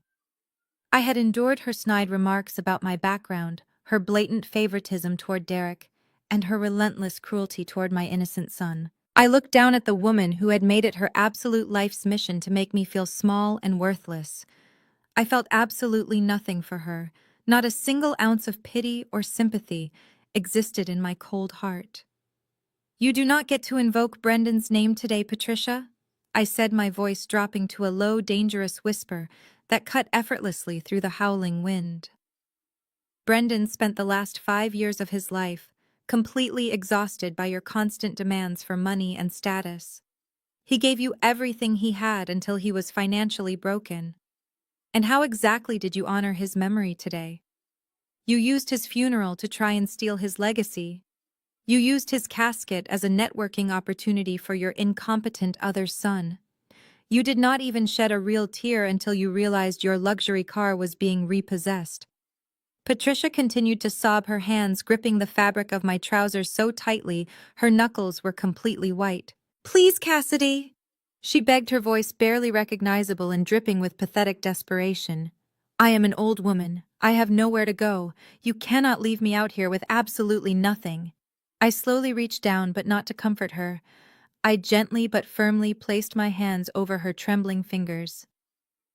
"Family died the second you pointed a heavy wooden cane at my 8-year-old son and called him garbage inside a church." I delivered the absolute killing blow, staring directly into her terrified eyes. "You made it incredibly clear that we were not your blood, and we did not belong at your table. So I am simply granting your final wish. We are no longer related." Welcome to the real world, Patricia. Enjoy the slums. I stood back up perfectly straight and shot a single sharp, commanding glance over my right shoulder. The massive private security contractor who had escorted her outside instantly stepped forward. He did not ask her to let go nicely. He reached down and effortlessly peeled Patricia's desperate hands off my clothing as if she were nothing more than a minor nuisance. He pulled her up by her arms, dragging her forcefully away from the stone steps and pushing her back onto the cold, wet gravel of the driveway. She stumbled and fell backward, landing hard in the dirty winter slush. But the contractor simply crossed his massive arms and stood like an impenetrable brick wall between us. "You cannot do this!" Patricia shrieked violently, thrashing on the ground and pounding her fists against the frozen gravel. "I will destroy you, Cassidy. I will tell everyone the absolute truth about you. I will ruin your entire life." I did not even bother responding to her empty, pathetic threats. I simply turned my back on her and walked slowly across the sprawling front porch. Through the massive front windows, I could clearly see the city elite, the venture capitalists, and the politicians watching the final act of Patricia's total destruction. The strict Homeowners Association president stood on her own porch across the street, shaking her head in pure disgust. They were all looking at Patricia, realizing they had been associating with a complete financial fraud. As I reached the heavy mahogany front doors, the loud mechanical roar of the massive yellow tow trucks filled the freezing air. I paused for a brief moment, looking over my shoulder one last time. The trucks were pulling away, hauling Derek's custom black Porsche and Patricia's pristine white Mercedes down the street and out of the exclusive gated community forever. Derek was still standing near the iron gates, shivering uncontrollably in his thin, tailored suit, completely ignoring his mother, who was currently screaming hysterically on the ground. They were completely broken, stripped of their fake wealth, and left with absolutely nothing but the toxic company of each other. I stepped inside the warm, luxurious foyer where Preston was waiting calmly with his titanium briefcase. The catering staff had already begun cleaning up the discarded champagne flutes, and the wealthy guests were hastily retrieving their coats, eager to escape the massive federal scandal that was about to unfold. I reached out and grabbed the heavy brass handles of the front doors. I looked at the chaotic, freezing driveway one last time, and then I pulled the doors shut. The heavy locks clicked perfectly into place, completely sealing out the toxic family that had tried to destroy me. The silence inside the grand foyer was incredibly peaceful. The war was officially over and I had won everything. The silence inside my home that evening was not empty. It was the rich, fulfilling silence of a massive tumor being successfully extracted from my life. I walked upstairs to the master bedroom where Leo was still peacefully watching his movie, completely unaware of the absolute carnage that had just unfolded downstairs. I sat on the edge of the bed, pulled him into my arms, and held him tight, knowing that the shadow of Brendan's toxic relatives would never darken his childhood again. But while my life immediately transitioned into a profound state of peace, the reality for my brother-in-law was rapidly descending into a spectacular legal nightmare. The wheels of federal justice normally turn incredibly slowly, but when a massive private equity firm hands the Federal Bureau of Investigation a fully documented independent forensic audit, those wheels spin with terrifying speed. The flash forward of the next 3 months played out exactly like a masterfully directed tragicomedy. It began precisely 4 days after the funeral. Derek was officially indicted by a federal grand jury on 7 distinct counts of felony wire fraud, corporate embezzlement, and grand larceny. He had genuinely believed that my legal threats in the grand foyer were just a dramatic bluff. He actually thought he could lay low in a cheap motel and let the situation entirely blow over. He was violently awoken at 6 o'clock in the morning by the deafening sound of a tactical battering ram smashing through his cheap wooden door. Half a dozen armed federal agents swarmed the tiny room, dragging him out of a stained mattress and tossing him face down onto the cheap carpet. The man who had proudly stood in my living room boasting about international market expansion was hauled out into the freezing parking lot, wearing nothing but wrinkled sweatpants and handcuffs. The local news stations got a tip about the arrest. They broadcasted the humiliating footage across every morning channel in Chicago, ensuring that every single venture capitalist who had attended the funeral reception saw exactly what happened to the fake chief executive officer. Derek immediately assumed he could simply buy his way out of the legal mess. He demanded his phone call and tried to contact the most expensive defense attorneys in the city. But high-end legal representation requires massive retainer fees, and Derek's financial reality was a barren wasteland. His corporate cards were deactivated. His checking accounts were frozen by federal mandate. His custom Porsche was sitting in a local impound lot.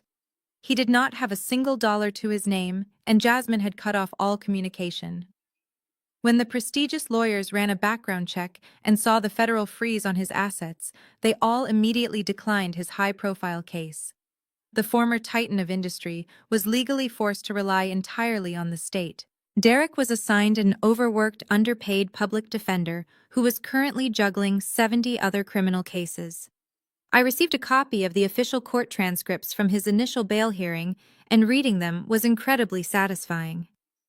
Derek stood before a federal judge, attempting to use his arrogant corporate buzzwords to explain away the stolen $1 million. He claimed it was a simple accounting error. His exhausted public defender barely looked up from his legal pad, letting Derek dig his own grave in front of a judge who had absolutely zero patience for wealthy frauds. The judge denied his request for bail, citing him as a severe flight risk due to the stolen funds. Derek was remanded immediately to the county correctional facility. The harsh reality of his situation finally crushed his massive ego into dust. He went from dining at exclusive steakhouses to sitting in a bleak concrete cell wearing a standard-issue jumpsuit. His public defender informed him that the federal prosecutors were not offering any lenient plea deals. Because the forensic audit was legally airtight, the district attorney was aggressively pushing for the maximum penalty allowed under the law, without any chance of early parole. Derek faced 5 to 10 years in a federal penitentiary. 10 years of his life completely erased because he was too arrogant to appreciate the generous fake job he had been given. He tried to send me a letter from the county jail, begging me to drop the charges, claiming Brendan would not want his brother locked in a cage. He promised he would pay me back every single dime if I just let him walk free. I did not even open the heavy envelope. I simply dropped it directly into the paper shredder in my home office and listened to the satisfying mechanical hum as his pathetic apologies were sliced into tiny, meaningless ribbons. While Derek was busy rotting in a concrete cell, my sister-in-law was experiencing a completely different kind of corporate execution. Jasmine's powerful political family immediately went into absolute crisis control the very second the federal agents arrested Derek. Her father, the prestigious Chicago alderman, was running for a highly contested re-election, and a massive federal embezzlement scandal involving his own son-in-law was absolute political poison.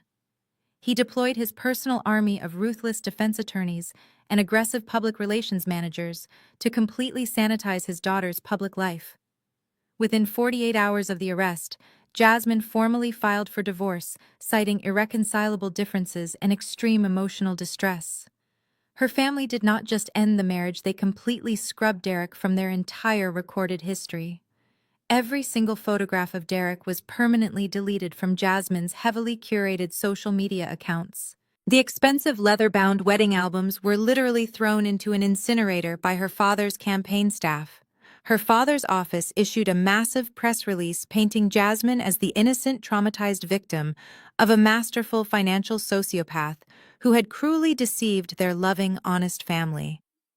But the Federal Bureau of Investigation did not care about her political spin.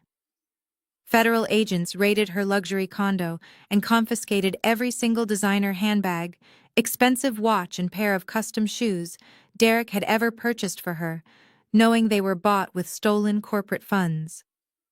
Jasmine was ordered by her furious father to pack her remaining cheap bags and leave the city entirely until the negative press completely blew over. She was shipped off to a secluded family cabin in upstate New York, banned from using her social media accounts, and forced to live in absolute political exile. She avoided federal prison because she officially testified against Derek, but she lost her elite social standing forever. But the absolute harshest reality fell squarely onto Patricia's shoulders. For an entire decade, she had paraded around the wealthy suburbs, acting like a grand royal matriarch, looking down her nose at anyone she deemed beneath her. She had built her entire identity on the illusion of limitless wealth and superiority. When the 60-minute eviction timer ran out that cold afternoon, my private security team physically escorted her off the estate, with nothing but 2 cheap suitcases, filled with whatever wrinkled clothes she could hastily grab. With my secret financial subsidies permanently severed, her bank accounts dried up in a matter of days. She had absolutely no income, no secret trust fund, and no real estate to fall back on. The woman who used to complain loudly if her imported champagne was slightly too warm was aggressively forced into a dingy, drafty one-bedroom apartment on the absolute worst side of town. It was a bleak, depressing concrete building situated right next to a loud, elevated train track. Every time a heavy commuter train rumbled past, her cheap, rattling windows shook violently, and the deafening noise completely drowned out her tiny, outdated television. Her new, tiny living room smelled faintly of stale cigarettes and boiled cabbage from the neighbors down the narrow hallway. There was no imported marble foyer to greet her guests. There were no expensive crystal chandeliers catching the afternoon light. There was just cracked linoleum flooring, peeling yellow wallpaper, and a rusty kitchen faucet that dripped relentlessly all day and night. She no longer had a pristine white Mercedes to drive. She had to learn the local public bus schedule and stand shivering in the freezing snow just to buy cheap groceries. Desperate and completely terrified of her new impoverished reality, Patricia tried to leverage her old high society connections. She sat on her stained thrift store sofa, holding a cheap prepaid burner phone because her expensive smartphone plan had been immediately canceled for non-payment. She frantically scrolled through her contact list, dialing the numbers of the wealthy country club women she used to host lavish, exclusive luncheons with. She called the wives of local politicians, the prominent charity board members, and the snobby, wealthy neighbors who used to attend her lavish holiday parties.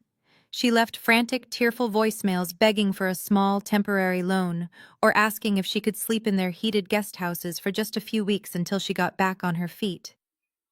Not a single person called her back. The wealthy elite of Chicago are incredibly fast at identifying a sinking financial ship, and Patricia's name had become completely toxic overnight.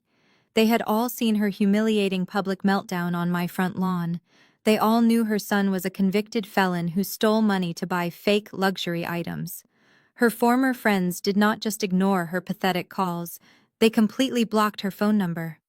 When Patricia tried to walk into her exclusive country club to demand a personal meeting with the board of directors, the security guards stopped her directly at the front gate. They publicly informed her in front of several other wealthy members that her membership had been permanently revoked due to unpaid dues and massive social disgrace. She was turned away like a common beggar. Patricia was finally forced to sit completely alone in her freezing, drafty apartment, staring at the peeling wallpaper and realizing that her entire worth as a human being had been entirely funded by the exact woman she had treated like absolute garbage. While Patricia sat shivering in the dark, reflecting on her absolute ruin, the winter frost slowly melted away from my $4 million estate. Months passed, and the bitter freezing winds of Chicago were eventually replaced by the warm, gentle breeze of early spring. I walked out onto the sprawling private balcony of the master suite, wearing a comfortable silk robe. The morning sun felt incredibly warm against my skin, a stark contrast to the icy chill of that humiliating funeral day. I leaned casually against the smooth stone railing, holding a steaming ceramic mug of dark roast coffee. I took a slow, quiet sip, savoring the rich flavor and the absolute unbroken silence of my home. There were no arrogant brothers-in-law pitching fake corporate expansions in my living room. There were no manipulative matriarchs barking orders at hired catering staff. There was only peace. I looked down at the massive, manicured backyard. The heavy iron gates were securely locked, and the perimeter was completely secured. Below me, running wildly across the bright green grass, was my 8-year-old son. Leo was laughing so hard, his voice echoed joyfully across the expansive property. He was no longer the terrified little boy hiding his tears in the dark, freezing shadows of a church pew. He was absolutely glowing with the carefree happiness that every child rightfully deserves. Chasing closely at his heels was a clumsy, energetic golden retriever puppy we had adopted just a few weeks ago. Leo threw a bright yellow tennis ball across the lawn, and the puppy tumbled over its own oversized paws trying to catch it. Seeing Leo smile like that, completely unburdened by the toxic weight of his father's relatives, was worth every single calculated move I had made. I watched the golden retriever tackle Leo into the soft grass, covering his face with wet, sloppy kisses. I took another sip of my coffee, reflecting on the massive lie that society constantly pushes about bloodlines. Patricia and Derek were Brendan's actual blood. They shared his exact DNA, but they brought absolutely nothing into his life except chaos, manipulation, and relentless financial drain. They used the concept of blood relation as a weapon to demand unconditional loyalty while offering zero respect in return. They believed that simply being related gave them the divine right to abuse, belittle, and steal. But true family has absolutely nothing to do with shared genetics or a common last name. Family is not about who was standing in the hospital room when you were born. It is entirely about who stands in front of you when the absolute worst storms of life arrive. It is about the people who actively choose to protect you from the harsh realities of the world. Brendan loved Leo, but he was fundamentally too weak to shield his adopted son from the vicious judgment of his own mother. I refused to make that same fatal mistake. I did not just build a massive private equity firm to accumulate wealth. I built a financial empire to construct an impenetrable fortress around my child. I built a world where no one would ever have the power to make him feel small, illegitimate, or unwanted ever again. I became the monster the greedy vultures never saw coming, precisely so my son would never have to fight them himself. I smiled, lowering my coffee mug and taking one final deep breath of the fresh morning air. The tech company was thriving under entirely new, competent leadership.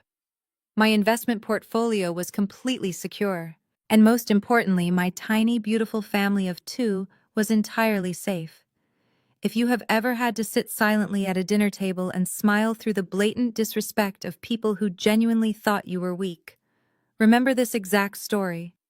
If you have ever been belittled by in-laws or judged by toxic relatives who confused your quiet patience with helpless submission, do not waste your breath arguing with them. The absolute best revenge is not engaging in a public screaming match. It is not crying or begging for their basic respect. The best revenge is quietly letting them dig their own massive graves while you secretly purchase the deed to the entire cemetery. Let them underestimate you. Let them believe they hold all the power while you silently pull every single financial and legal string behind the curtain. Have you ever been forced to completely cut off toxic family members to protect your own peace? Have you ever had to outsmart manipulative relatives who tried to tear you down? Share your personal story in the comments section below, because there is absolute power in realizing you are not alone. Hit that like button if you believe in protecting your peace at all costs, and make sure to subscribe to the channel for more stories of ultimate karma and absolute revenge.